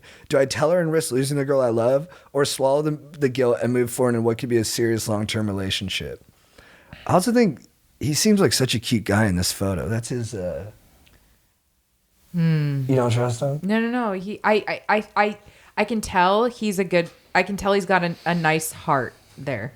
He seems like he's a good boy. He seems like he's got a nice heart. Yeah, the picture helped. Yeah, and also just the way he described her. I like the way that he's like he talked about this mega babe in his life. I say this is a real test in their relationship, and the strength of it is. I think he would feel better if he came clean and just had like an honest, real conversation with her and was like, and told her what was up. Mm-hmm. And that would be a good test because the only thing he did wrong in this situation was lie to her when she asked him about it. Yeah. Like sleeping with that girl wasn't wrong because they weren't together. Right. But yeah, I say he should tell her. Yeah. And at that point, when he tells her, it's kind of, the burden kind of falls on her, or the ball becomes in her court. So it's like, how do you really love this man? I mean, he's coming to you. If anything, that kind of shows that actually shows real, trustworthiness, if that's a word, where it's like, hey, look, I lied and I can't live with that. So I want to tell you right now what happened. And if the sex thing bothers her, that's kind of like a personal insecurity thing. Mm-hmm. You know what I mean? Yes, I get why that would bother you. No, it's not just a personal insecurity. She's probably thinking from a health standard too, a health perspective. I don't know. I mean, yeah. You think that she is who does this girl, she doesn't have herpes. Well, if she's thinking you in the past year or I have two, herpes. right? If she's thinking like, but I mean, she's probably just asking from she wants more information. Yeah, but I think what he's worried about is her feeling away emotionally about the fact that he had slept with somebody. I feel else. like there's like multiple factors. There, totally. Like, yeah. That's what I would say. But I don't know what, but I instinctively was like, she might be threatened by girl B or something like that, or could tell they had a little rhythm. And I'm curious how much girl B, if girl A and B know each other. Oh yeah, I think they do. You think so? I have no evidence for that. Right. But Let's say they do, because that does make it more complicated. Because if they don't, it should be a lot easier. That's not a big deal. Then. That's not even a big deal. Like I hooked up with somebody, but let's just say I don't know if this guy would even be asking the question if the girl wasn't in the same group of the community. You think he should tell her? I think so. Yeah, that's my first instinct. If it's burning inside of him, if it will never be. If it's burning inside of him or burning outside of him. Yeah. Well, I was gonna tell him, but I think I'm probably wrong. I was, and not because I wanted him to be deceitful, but I just didn't know how it would be like helpful. Yeah. Right. But like, I was gonna tell him to maybe not tell, especially if he's done with it and he's not still Maybe not bother communicating with it. Now, if there's a way that this could come to light, and then you had kept this from her, you know what I mean? Then it's like that's way worse. I think for his own sake, it's more about like the lie, not necessarily what he's lying about. It's the fact that he lied once, and he wants this person to trust him. And that's why I want to wrap it back around to about trust in general. It's like, I'm going to tell you honestly that I lied, but I don't feel good about that. So I want to clear the air on this thing. And by the way, if you want to get into the details of the sex or whatever, it's like, that was somebody I had sex with a few times, but as soon as I knew that you would be coming back into my life, I mean, that you're the one I wanted to be with. Yeah. So I dropped that. I told her, I mean, it's over, and it's also how you tell this it's also, it's like, there's like definitely like the rebound clause. Like I thought we were done. I was hurting. I was lonely. This person was there. And he lied to her not to be malicious. He was lying to protect her. And in that moment made the wrong choice. Right. Yeah. And I think he also, there's the nerves of like, oh, we're back together. I want this to work out so badly. And he got carried away. You know, it's all very human every way around, every way you look at it. So I think a conversation would be best, bud. I think you guys are right. It's better to get in front of it early and establish some trust. And I'm scared for you, brother. But I think you got to do the right thing and tell her. I think I am nervous for you, especially if there's a risk of it coming out too. Yeah, you don't want her to find out. Right. Yeah, I think they'll get through. He's a sweet guy. She'll see that and move past it. Yeah, and especially like you said, he made his choice. He went with you. Yeah, he did. And she could be the one. That'd be nice. Yeah. All right. Let's see this one. Sorry, some of these are super long. Hey guys, love the pod. Recently had a huge falling out with one of my good friends and I don't know why. He boked me and all of our buddies even though we've been tight since freshman year. I don't know for sure why he boked us. Do you guys know what boked means? What does boke mean? I mean, I'd imagine just like break up as bros. Just kick someone out of the crew, Right. yeah. Oh, wow. But I think it's because I overshadow him. I'm 6'4", 220 pounds, and he's a scrawny 5'8". He's butted heads with me, but it never came to a huge argument. I feel like I still want to be boys, but we haven't spoken in a while. Advice, guys? Thanks, stay golden. Well, I definitely would not approach this conversation with him coming from that perspective. Yeah. Especially if it is true, that is not. Is it because you're 5'8"? And scrawny? Scrawny. Dude, be honest with me. Did you boke me because you're super intimidated by this ridiculous rig I got? Yeah. Is this a 5'8"er thing? Because I don't know about that. More paltry in comparison, but we love you for it, but you don't love yourself. Is that why I'm no longer friends with you? Yeah. I tough to say. Well, I think it's like transparency. Just like, hey man, are we cool? I feel like you what was the termage? Boked. Yeah, I feel like you're being boked.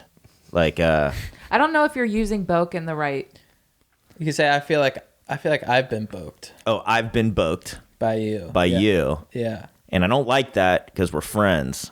But if there's anything that I had done that caused this bokage to occur, then I'd love to know, you know? Also, just like maybe get friends your own height.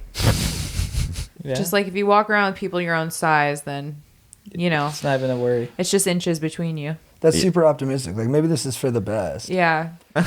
People aren't meant to hang out at that disparity. Yeah. He said he broke the entire squad, though, right? Right. Are they all a bunch of 5'8"ers? They're all water Or they're all- players. No, they're all dude. like 6. Yeah, they'd all be all. Yeah. I don't know. He's probably just got a girlfriend. Well, that's an interesting point though, because then it wouldn't be about size. Because what about are your other friends in the group also your height or?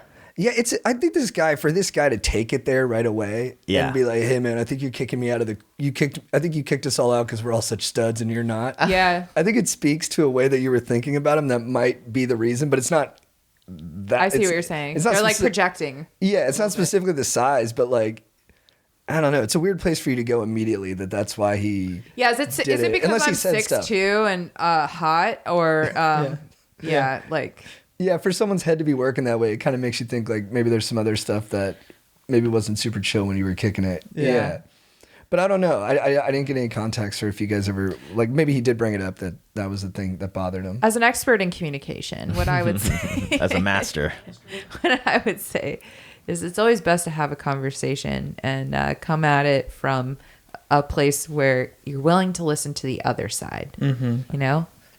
Yeah, just come in and just be like, hey man, how you doing? And just ask him about his day and make him feel good, like you're Yeah. listening and like you're supporting him. And I think that other stuff will go away. Yeah. We all want to love hot dudes. Like Yeah. I love hot dudes. Love that. Me too. But you know, they got to be nice. But if a hot dude's nice, you think he's twice as nice because you're like, you don't have to be nice with how hot you are. But the fact that you are nice makes me believe in things. And so, Like, are you being nice or are you just hot? You know? Or is it like you're so hot that you don't normally need to be nice, so you're trying it out for the first time and it's just coming off as, you know, arrogant? 'Cause Right. You don't know. yeah, maybe you haven't figured out your niceness yet. It's Right. a little The ratio. smuggy. Yeah, it's Nice to smuggy hot because it's ratio. like, you think it's about how great you are. Yeah, he's probably like, it's nice hanging out with you, and obviously I'm doing you a favor. Yeah. because I'm a stud, and you're just kind of this little.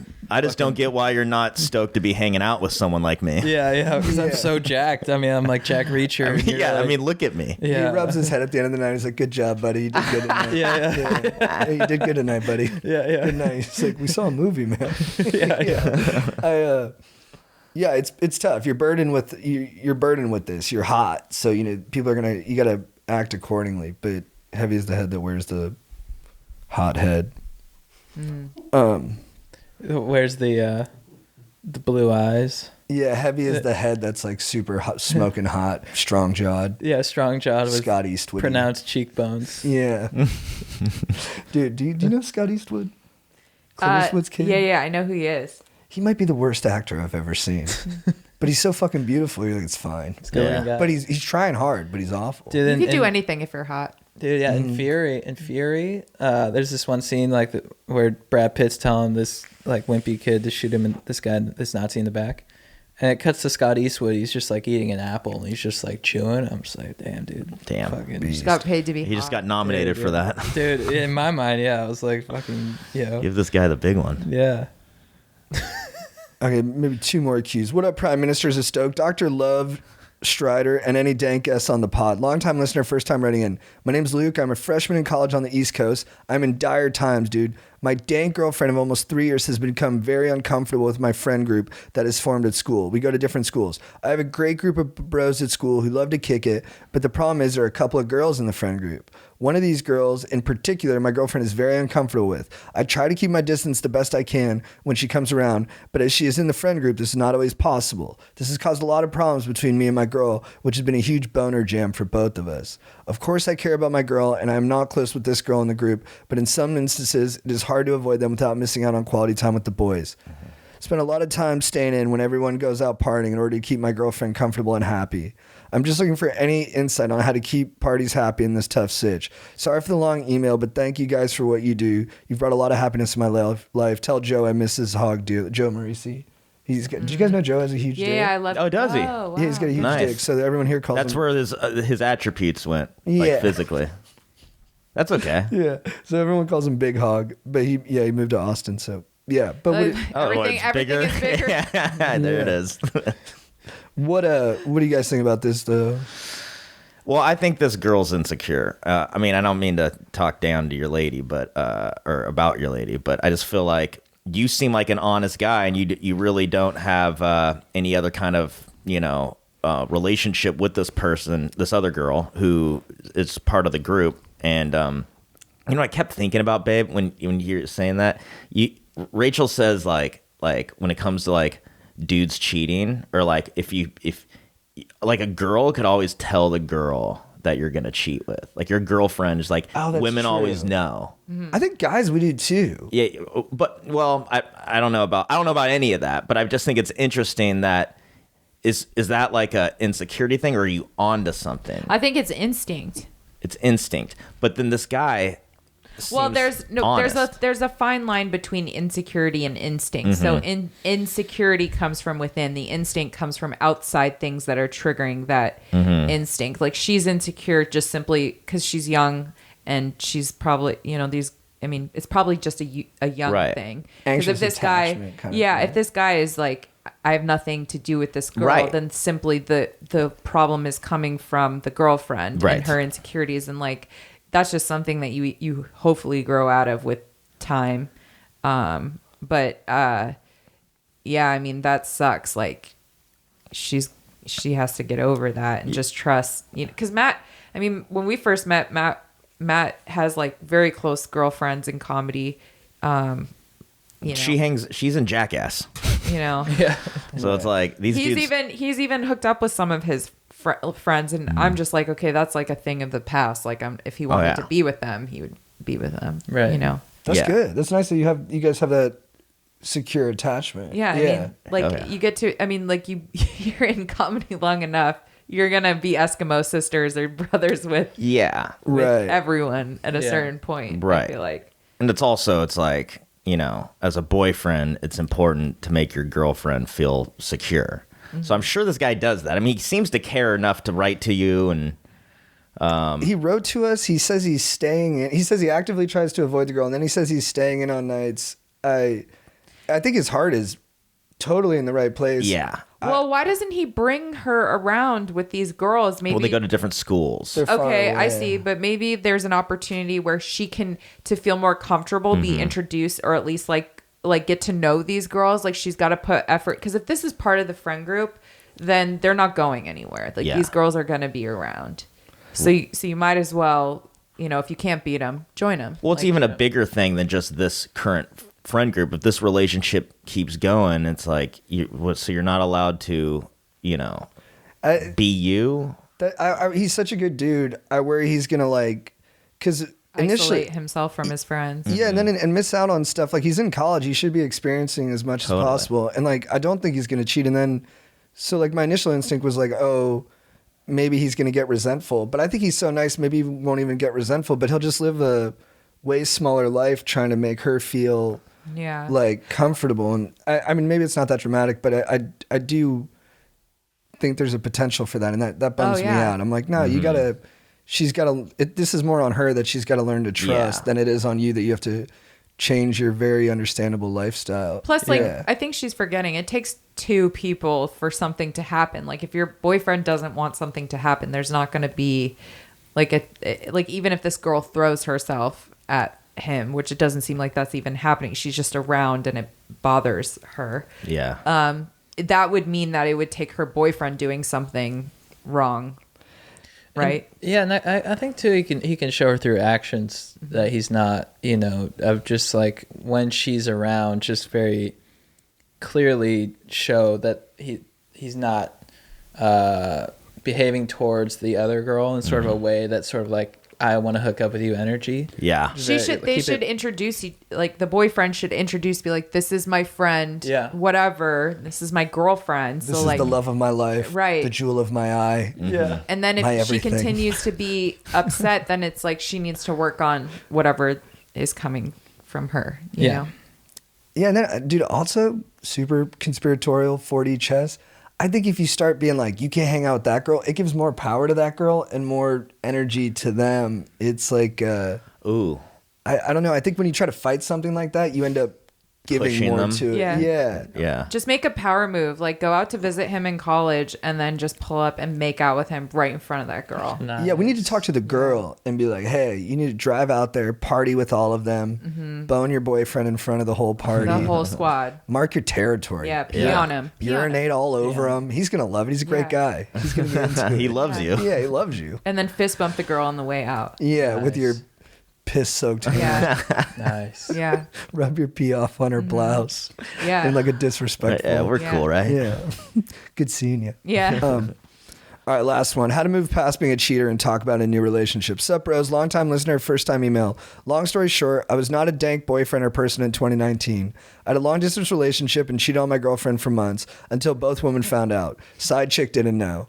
I know how terrible and shitty this is, and it's fucked with me since. I have not been stoked nor fired up, and only recently have been able to semi-forgive myself and get some sleep without being up all night due to guilt and shame.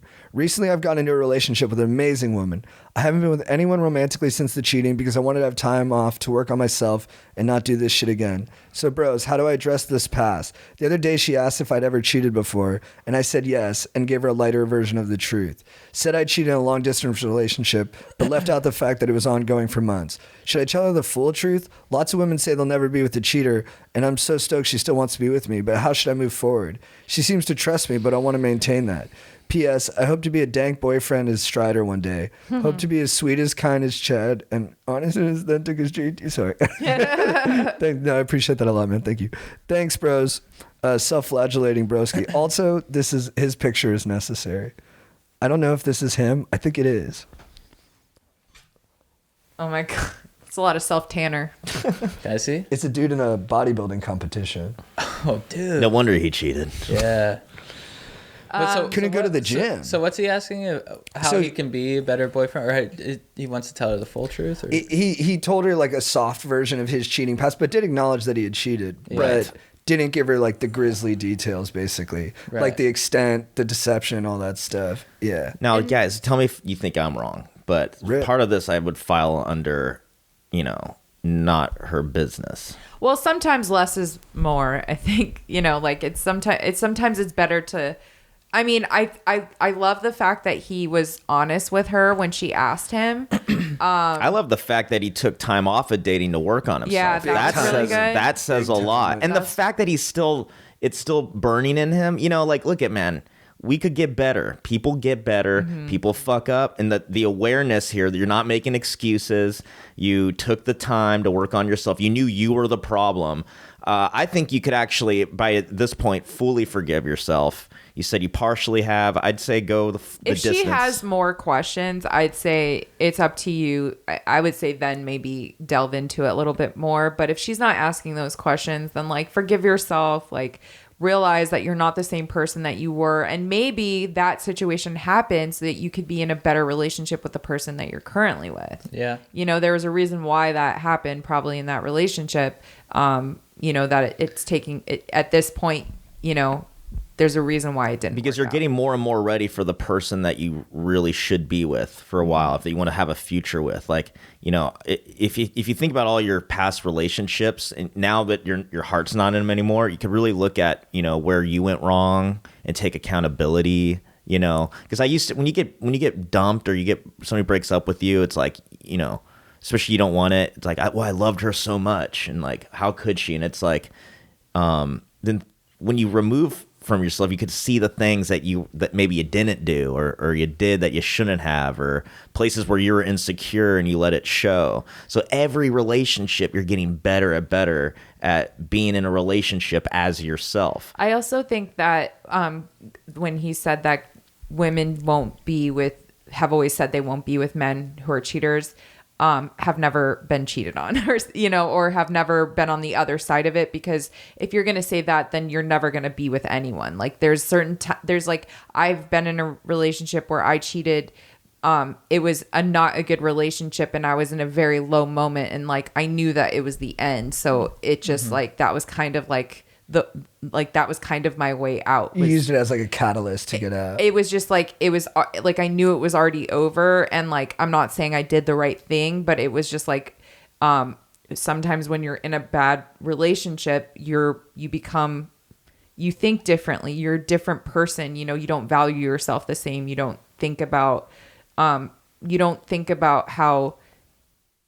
you know, I don't know. I just you're not thinking about health. Like, you're not thinking about what's best for you in the long run. You're just like, sometimes you just do things because in the moment that's like what might feel right or whatever. But I think that people are a lot more open and forgiving, especially in terms of cheating, because it just seems like it happens so often now. Like, it's something that either you've been cheated on or you've cheated. So yeah, it's very human. And the whole thing is like, did you learn from it? And Right. this guy clearly, he's not like defending the behavior. No. He's very much like, no, I fucked up. Yeah. So yeah, I think he's just got to forgive himself. I think you told her enough. If she brings it up, right? Yeah, I think the best thing you can do is just be a good boyfriend at this point. Yeah. Yeah. No more cheating, dude. Yeah. Yeah. You're rock solid, Also, dude. in a long distance relationship, it's harder to cheat in a close up. Right? yeah, just make sure she doesn't move away. Yeah, exactly. Yeah. Say, babe, we're safe. But if you leave this zip code, this dick's coming out. Yeah. You can't keep it in if you leave. I'm just telling you, don't get on that plane. The moment you get on that plane, I'm going to start fucking. I can't help it. Don't get out of this car right now. Stay close. All right, sweet. So now we're to the last segment of our pod. I don't know if you're familiar with this. Chad, do you know we do our beef, babe, and legend of the week? Mm-hmm. You ready? Yeah. Nice. Rachel, who's your beef of the week? Can my beef be with me? Yes. I have beef with myself. Nice. Yeah, I've been like having a hard time with handling rejection lately. Nice. But I also have so much good going on that it's like, I don't know. I'm trying to deal with the inner turmoil that's happening. It's hard. Rejection it scares people the most of everything, right? Yeah. It's very normal. Yeah. It's tough biz. Yeah, it doesn't get any easier. And it feels like anytime I experience rejection, it's like you're not just rejecting me, you're rejecting me as a kid, you know? Right. Oh, that's profound. You know? Yeah. Like that feeling, it's of familiarity, you know? That's so true, because when I get rejection like right in my face, just served up warm right to you, I do feel like a kid. Like, I want to curl up and cry like a kid would. You know what I mean? It's like this instinct. It's like it's interesting how rejection, it tampers with the child inside. Right. Yeah, because you feel like weak, almost like a child. Well, yeah, too. you have no control, just like a kid. And my beef is also like, okay, I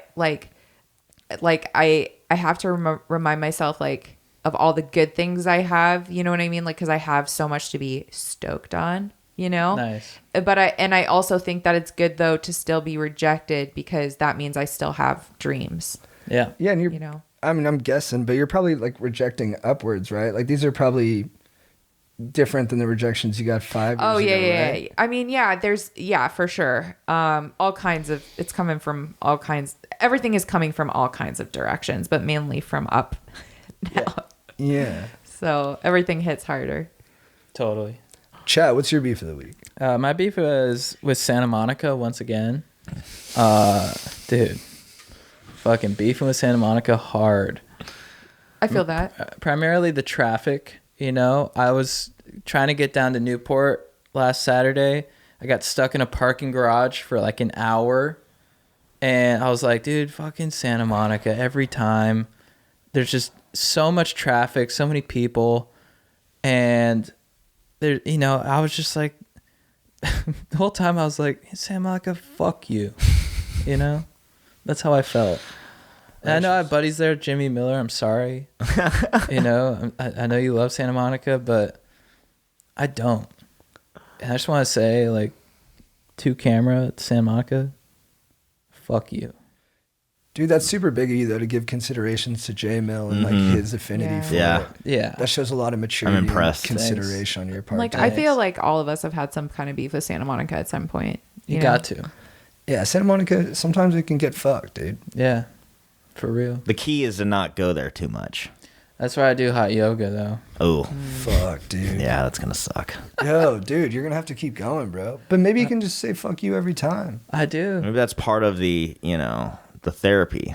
Yeah. That's the You're test. sweating out That's the test. the It's fuck yous. Yeah, that's the test. It's like you get zen, and then they're like, all right, well, the universe is like, we're going to throw another challenge your way, Santa Monica traffic. Yeah. And I failed.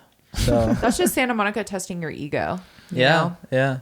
You failed only in your eyes, dog. We all think you crushed it. Yeah. Dude, I feel real right now. For real, dog. I think it's awesome that you even do the hot yoga. I love it, dude. It's the best. Yeah, I mean that's you're very much you cover all ground physically in your body. Like you Thanks. take care of every aspect. I see what you're doing. The keto, the exercising. I'm sure the surfing's great. You still surf? Yeah. Yeah, man, you're solid, dude. Thanks, man. And yeah, I'm with you, man. Fuck Santa Monica. Dude, having this kind of support really Yeah. means a lot. So, We're here for you. Yeah, man. yeah. Here for you, bud. Thank you, guys. Matt, do you have a beef of the week? I gotta go with Lyft. Nice. I'm beefing with Lyft right now. I flew into town the other night from New York. The Lyft ride home was $20 short of my plane ticket from New York to LA. And I just think that's outrageous. I remember a time when, it'd be about $30 to get from LAX to Hollywood. And now, I don't know if this is a pandemic thing or if this is some kind of, I don't know, any other kind of movement, but I think it's like they need to have like an Expedia for Lyft where I could find other cheaper fares. And yeah.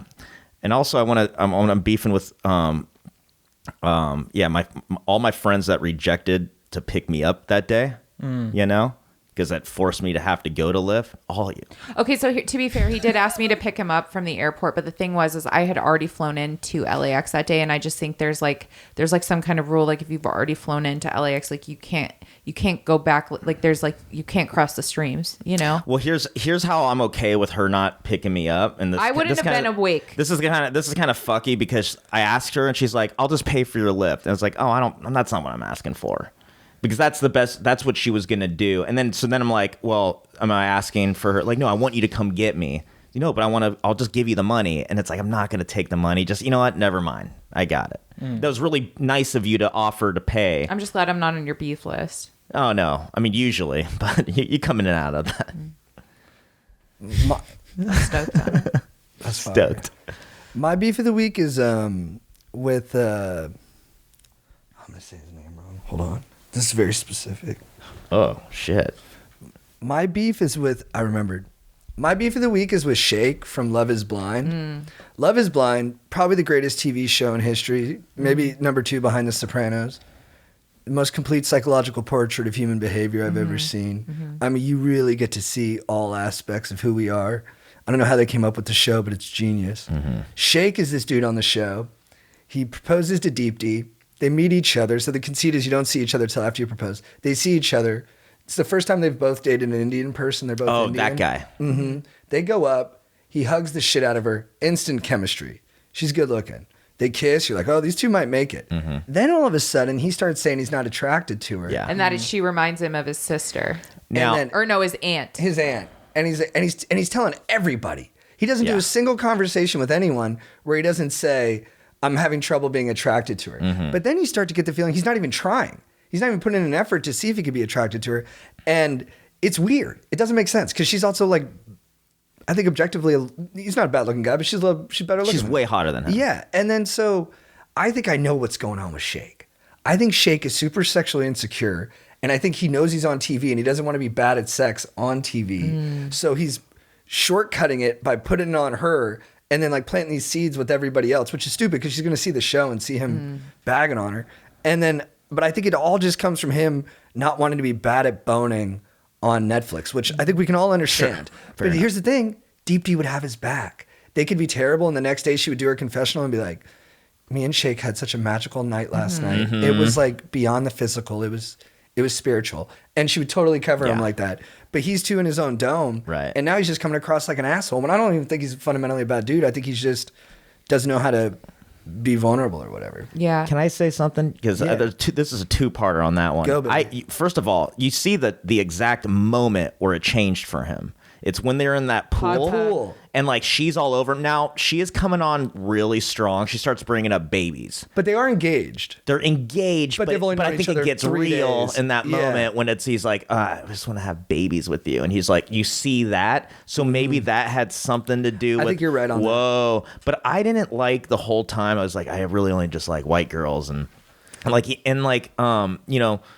the connection they made in the pods was so strong, despite I thought he was a douchebag right out the gate, by the way, before he even decides on her. Like when he first said the thing about like, he was just so like, it was so about appearance to him, how the girl looked, you know what I mean? Yeah, he kept asking all of them. He's like, could I pick you up? Yes, Yeah. I hated that. And was then weird.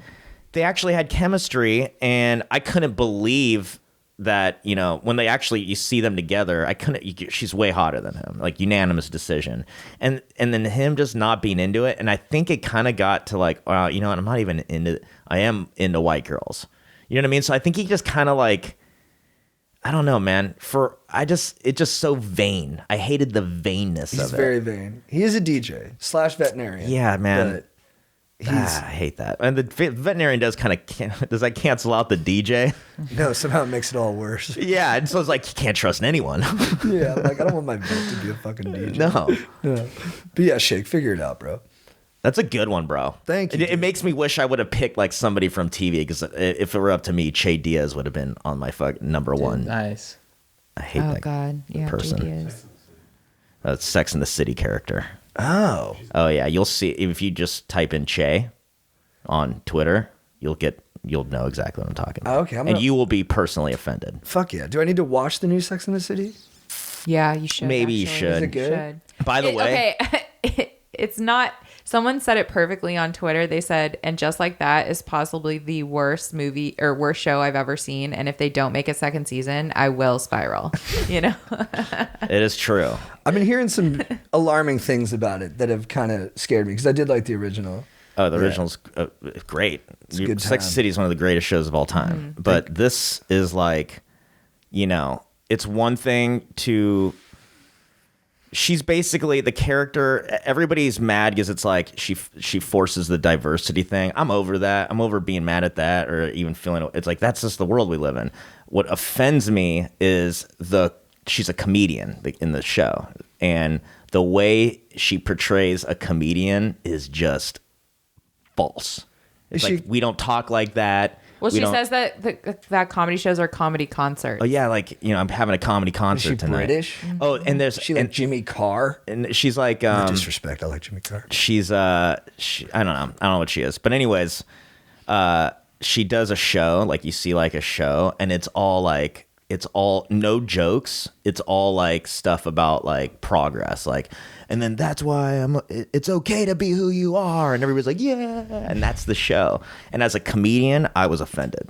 I feel that. Is she a comedian in real life? I No. think, is she not? I don't think so. That's the I don't problem. know. She's just an actress. Yeah. She was on another show. Anyways, I mean, yeah, I actually feel for the actress because that person's just reading lines, but like, I hate her. That's what happens. Rachel, who's your babe of the week? It's my mom for sure. Nice. We were having problems getting cat food for the cats for a while. For some reason, like the pandemic really just like fucked up the flow of cat food being sent to our place. So I call her an emergency because we just couldn't find cat food anywhere. Or like, I guess we could have gone to the store. But anyways, Well, yeah. she was sending, now we have boxes of Fancy Feast. So if any of you have cats, I will give away a boxes of Fancy box Feast? on your podcast to one lucky listener. Nice. Yeah. Actually, yeah, if someone needs cat food, I'll drop it off here. Nice. But yeah, that's my mom. She's always making sure the pussies are taken care of. Nice. Chad, who's your babe of the week? My baby of the week is Colin Farrell in Miami Vice. Ooh. Hell yeah. Ooh. Yeah, dude. Just fucking. I watched that movie. I've seen that movie so many times, and I had a big run in the fall where I was watching it. I saw it probably like 15 times, and I watched it again last night. And just Colin Farrell, his flow and the mustache, and you can tell he's on Oxy. Respect. You know, and he's just like, you know, he's just, his voice, he's just tough guy, you know, and the guy's like, you're not going to go after Montoya. And he's like, go fuck yourself. Yeah. You know what this prick's game is? Get a headline in the Miami Herald off a quick bust. We are not backing off this. It's good stuff. It's good Yeah, stuff. he shoots straight from the hip. Dude, yeah. Figuratively and literally. He knows what he's doing. I really respect it. And I just, you know, I aspire to be Colin Farrell in Miami Vice often. Hell yeah. It's like good to have dreams. Yeah. And dude, like when he's having the affair with Gong Li, you know, the money manager for Montoya. the Angel Montoya, the way he goes, he's like, you think I'm in over my head? And then Yeah. Jamie Foxx is like, I'll never doubt you. Yeah. I'm like, dude, Yeah, he's like, the trust. yeah, he's like, Rico, what do you think? He's like giving this look. He's like, 100% with Sonny. They have each other's back. It's legit. Yeah. A buddy of mine ran into Colin Farrell at a Subway, and he wanted to buy him a sandwich. And my buddy wanted to buy. He's like, "Hey man, can I buy your sandwich? I'm a huge fan." Yeah. And then Colin Farrell was like, "He's like, sure. You know, it should be me buying you a sandwich." It's like, what makes you think this guy's such a loser? Like, I mean, he is. He can't afford this right now, but I mean, you don't have to call it out, dude. Yeah. Yeah, just take the That's sandwich. hilarious. Just take the sandwich. Yeah. Matt, who's your babe of the week? My babe of the week has got to be Rachel Wolfson. Oh, Whoa, girlfriend. dude. And there's a Wow, specific dude. reason. Nice. Wow. So that I was really impressed about. I'm watching her become famous right before my eyes, and all the success. And now, what people don't see is, you know, when we go home, what happens. But you know, she had the red carpet for Jackass, star-studded evening. I mean, everybody literally is gushing all over her. Jimmy Kimmel hits her up. Now she's going to go on Kimmel. And then this like, you know, in the span of a week, all this crazy shit. But on that day, so many crazy things were happening. The next day, she was at the open mic. Nice. well, yeah. And she was That's where I live. practicing jokes because underneath all the celebrity and all that, she's a comedian. And that's who I fell in love with, and I was stoked to see that it didn't change her, and that she was right back to, you know, where we started, you know. So I love that. yeah, So you can find me at Flashback Comedy Night, 5 to 10 almost every night. No. Hell yeah. I was like, yeah, that's Thanks, a babe babe. right there. I haven't been to Flashback in a bit. I need to go back. Oh, I love Hell it. yeah. I've been doing the Hollywood comedy and Fourth Wall. Oh, how's nice. Fourth Wall? I like Fourth Wall. Yeah. It still has that sort of grungy vibe. I like it too. And Yeah. like, you know, it's something I like about it. The NoHo one. Yeah. Hell yeah. Yeah. My babe of the week is the basketball player DeMar DeRozan. As of today, Friday, the 24th, 25th, he's had 8 straight games of scoring 35 points or more on better than 50% shooting. This is incredible. This guy takes 17 to 20 foot mid-range jumpers the entire game. These are difficult shots. He's making them at an incredibly prolific and accurate rate, and we need to celebrate this a lot. And he's 32, which is old for a wow. basketball player. He's getting better as he gets older. He's a SoCal guy. I gotta say it, I met him. I knew him when we were in junior high. I was kind of a jersey chaser. I'd follow around all That's the basketball hilarious. players. We wrestled one time. And to see him grow into this basketball player that he's become, it's the fucking shit. He's a really cool guy. All his teammates love him. And he's on a Kobe Bryant-esque run. Like, this is literally history, and it needs to be celebrated. So way to go, DeMar. Hell yeah. That's so Who dope. won the wrestling?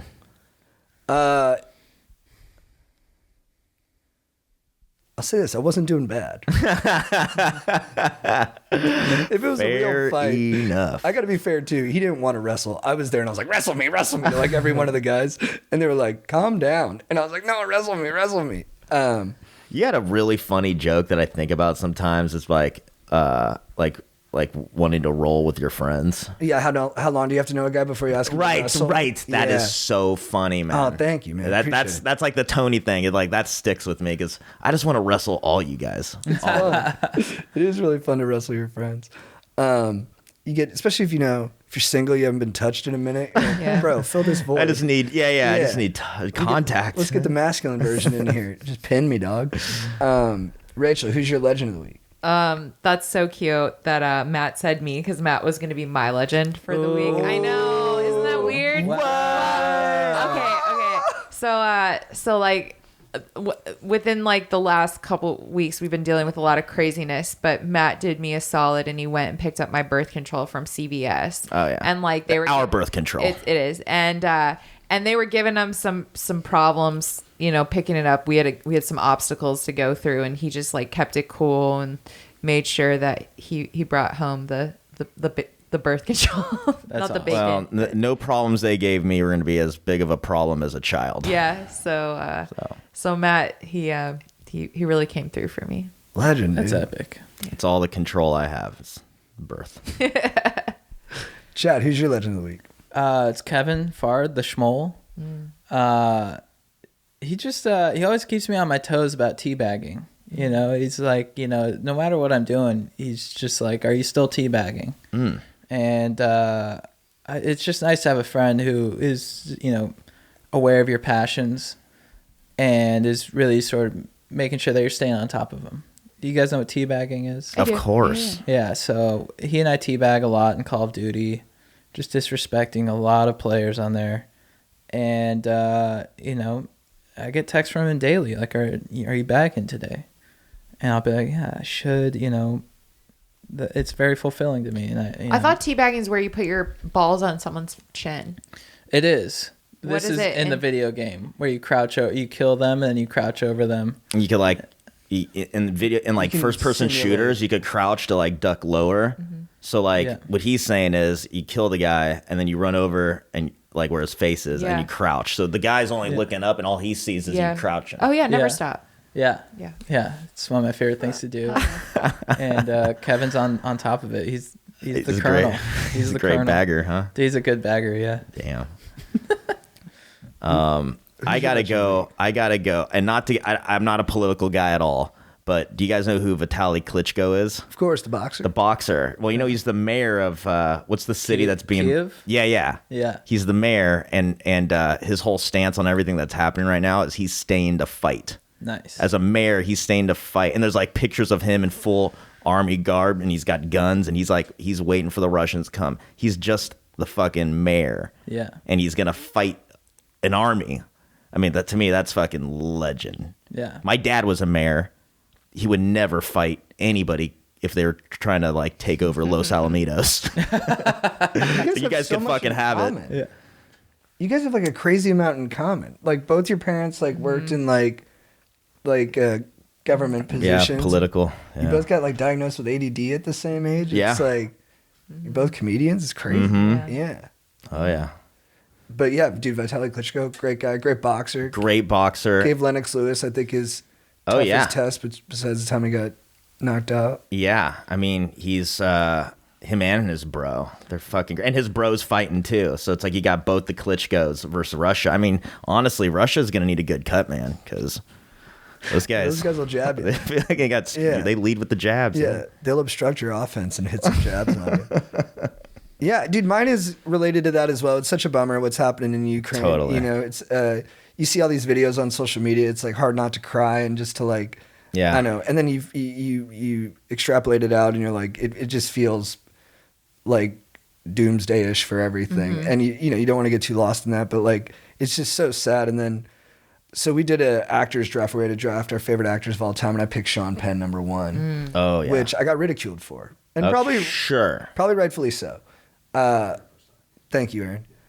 But I will say this, Sean Penn, and this is part of why I like him as an actor, because I think you can feel in his performance, he's a crazy motherfucker with a lot of passion. And like he'll go to like Katrina and try to help, and then like his boat will have leaks in it, and we'll just make fun of the photos. But he was there, and then he goes and he interviews the Guzman guy, the biggest drug dealer in the world, and could die. But he writes an article that's kind of cheesy about it. But he goes there and he meets him, and now he's in Ukraine trying to document what's happening there. Yeah.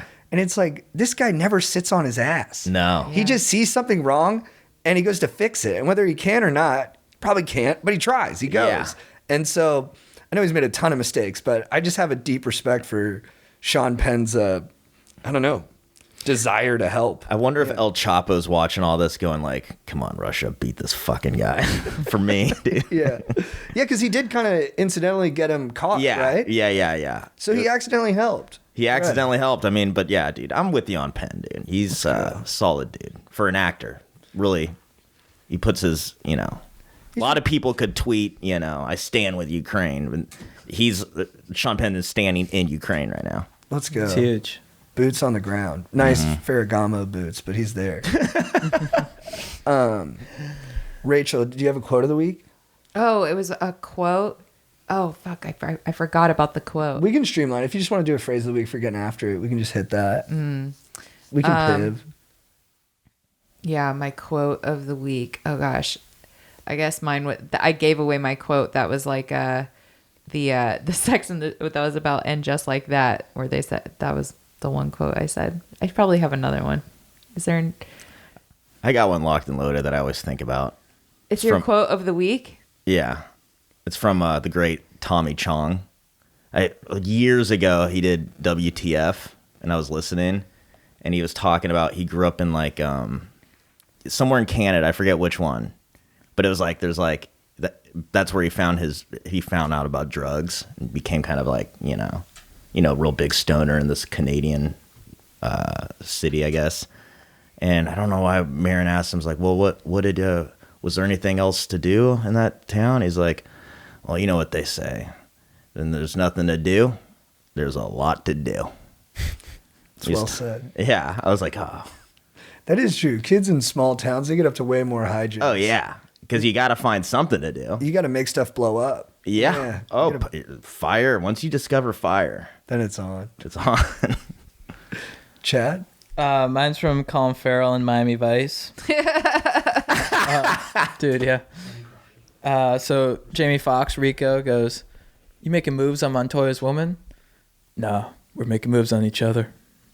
Good line. Fuck yeah. Dude, I'll go one from Miami Vice too. They're talking to Kieran Hines, who's working for like the FBI or something, and he tries to like knock the conversation off what they're talking about, and then Colin Farrell, I think, goes, what's that got to do with the price of tea in China? And I guess that's just what you say to someone when you're like, hey, you're talking bullshit. Wait, which part is that? It's early in the movie. Maybe in like the first 25 minutes. When they meet him on the building after his informant gets whacked. Oh, right. Oh, right. And it's the second time Michael Mann's used that line of dialogue in a movie. He also says it in The Insider. Oh, interesting. So Really? if someone's talking bullshit and they're not on the point, you say, what's that got to do with the price of tea in China? Interesting. It's really cool. Oh my God. That's wild that you noticed that he said it twice. I like Michael Mann. Oh, I love Michael Mann. Yeah, he's great. He's such a badass. He's a badass. Who's your favorite actor? Because I decided mine. In the last month or so, I've decided mine, and I stand by it. Who's yours? Brad Pitt. Dude. I mean, you can't go wrong. Everything he's done is great. He's in awesome. terms of who Give I me like one to bad watch the movie. most, it might be Brad. Right, because he's got it all. I mean, he's like, he could do action, he could do drama, but he's funny too, man. Yeah. He's really funny. He's a funny guy. Cool dude. It seems real cool. Rachel, do you have a quote of the week or a phrase of the week for getting after it? No pressure. I don't have. Are you looking up old tweets? I'm literally. I had one. I was like Googling "Man on Fire" quotes. Movie Man on Fire. That's a good movie. But yeah, no. Do you have a phrase of the week for getting after it? It's just like any. Oh, kind for of, getting after it. That's sorry. When you sent me that, I didn't know what you were talking about. The phrase. That makes like a lot phrase of of sense. the week. Oh, for getting after it. For getting after it. Why am I too high to think of a quote for getting after it? That's probably on brand for me. Why am I too high is not a bad one. No. I'm saying like I'm too high for getting after it. Just like the hardest part is just getting started, I think. Nice. Is that a bad? I don't know. I like I don't know who That's said something it, but it is profound. Yeah, because like I think about that when you go to the gym. The hardest part is just getting to the gym because once you're there, you already know what to do. I love that. Yeah, so that was really hard to get out of me. You No, dug that's deep good. and you I fucking did. delivered, dude. I did. Let's I go. really thank you. Brought I it. was under Rachel pressure. goes deep. He brought the profundity. I tried. Is that the Nailed word? it. Yeah. Nice. Chad, what's your phrase of the week for getting after it? You kind of inspired mine. Mine's, did you boys drink your water tonight? Meaning, you better be hydrated because we're about to booze. Ah, I see.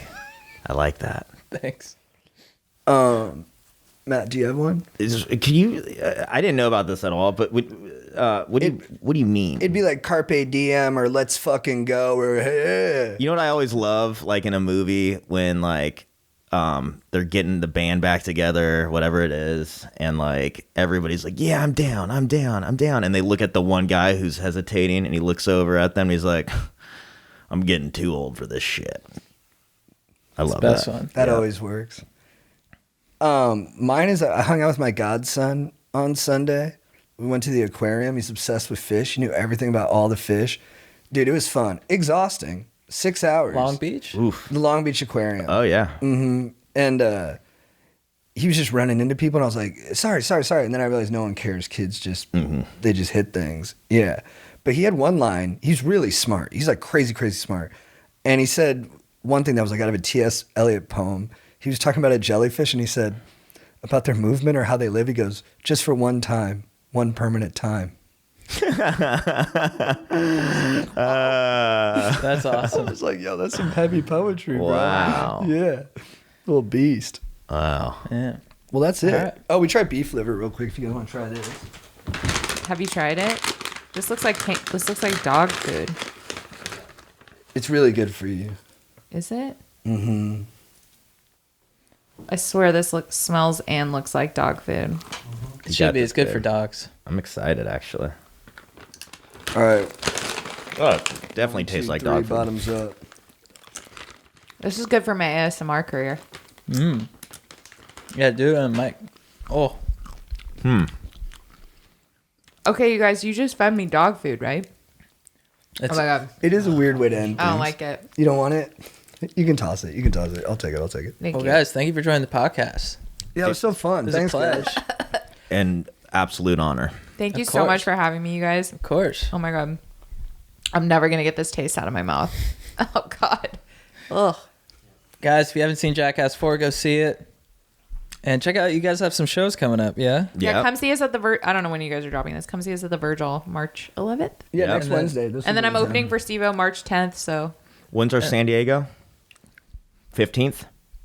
March 15th? so. March 15th in San Diego, American Comedy Cup. Yep. Nice. Oh, I love that place. You too. Yeah, that place rips. All right, dudes. Bye. Later. If you need advice, these guys are really nice. You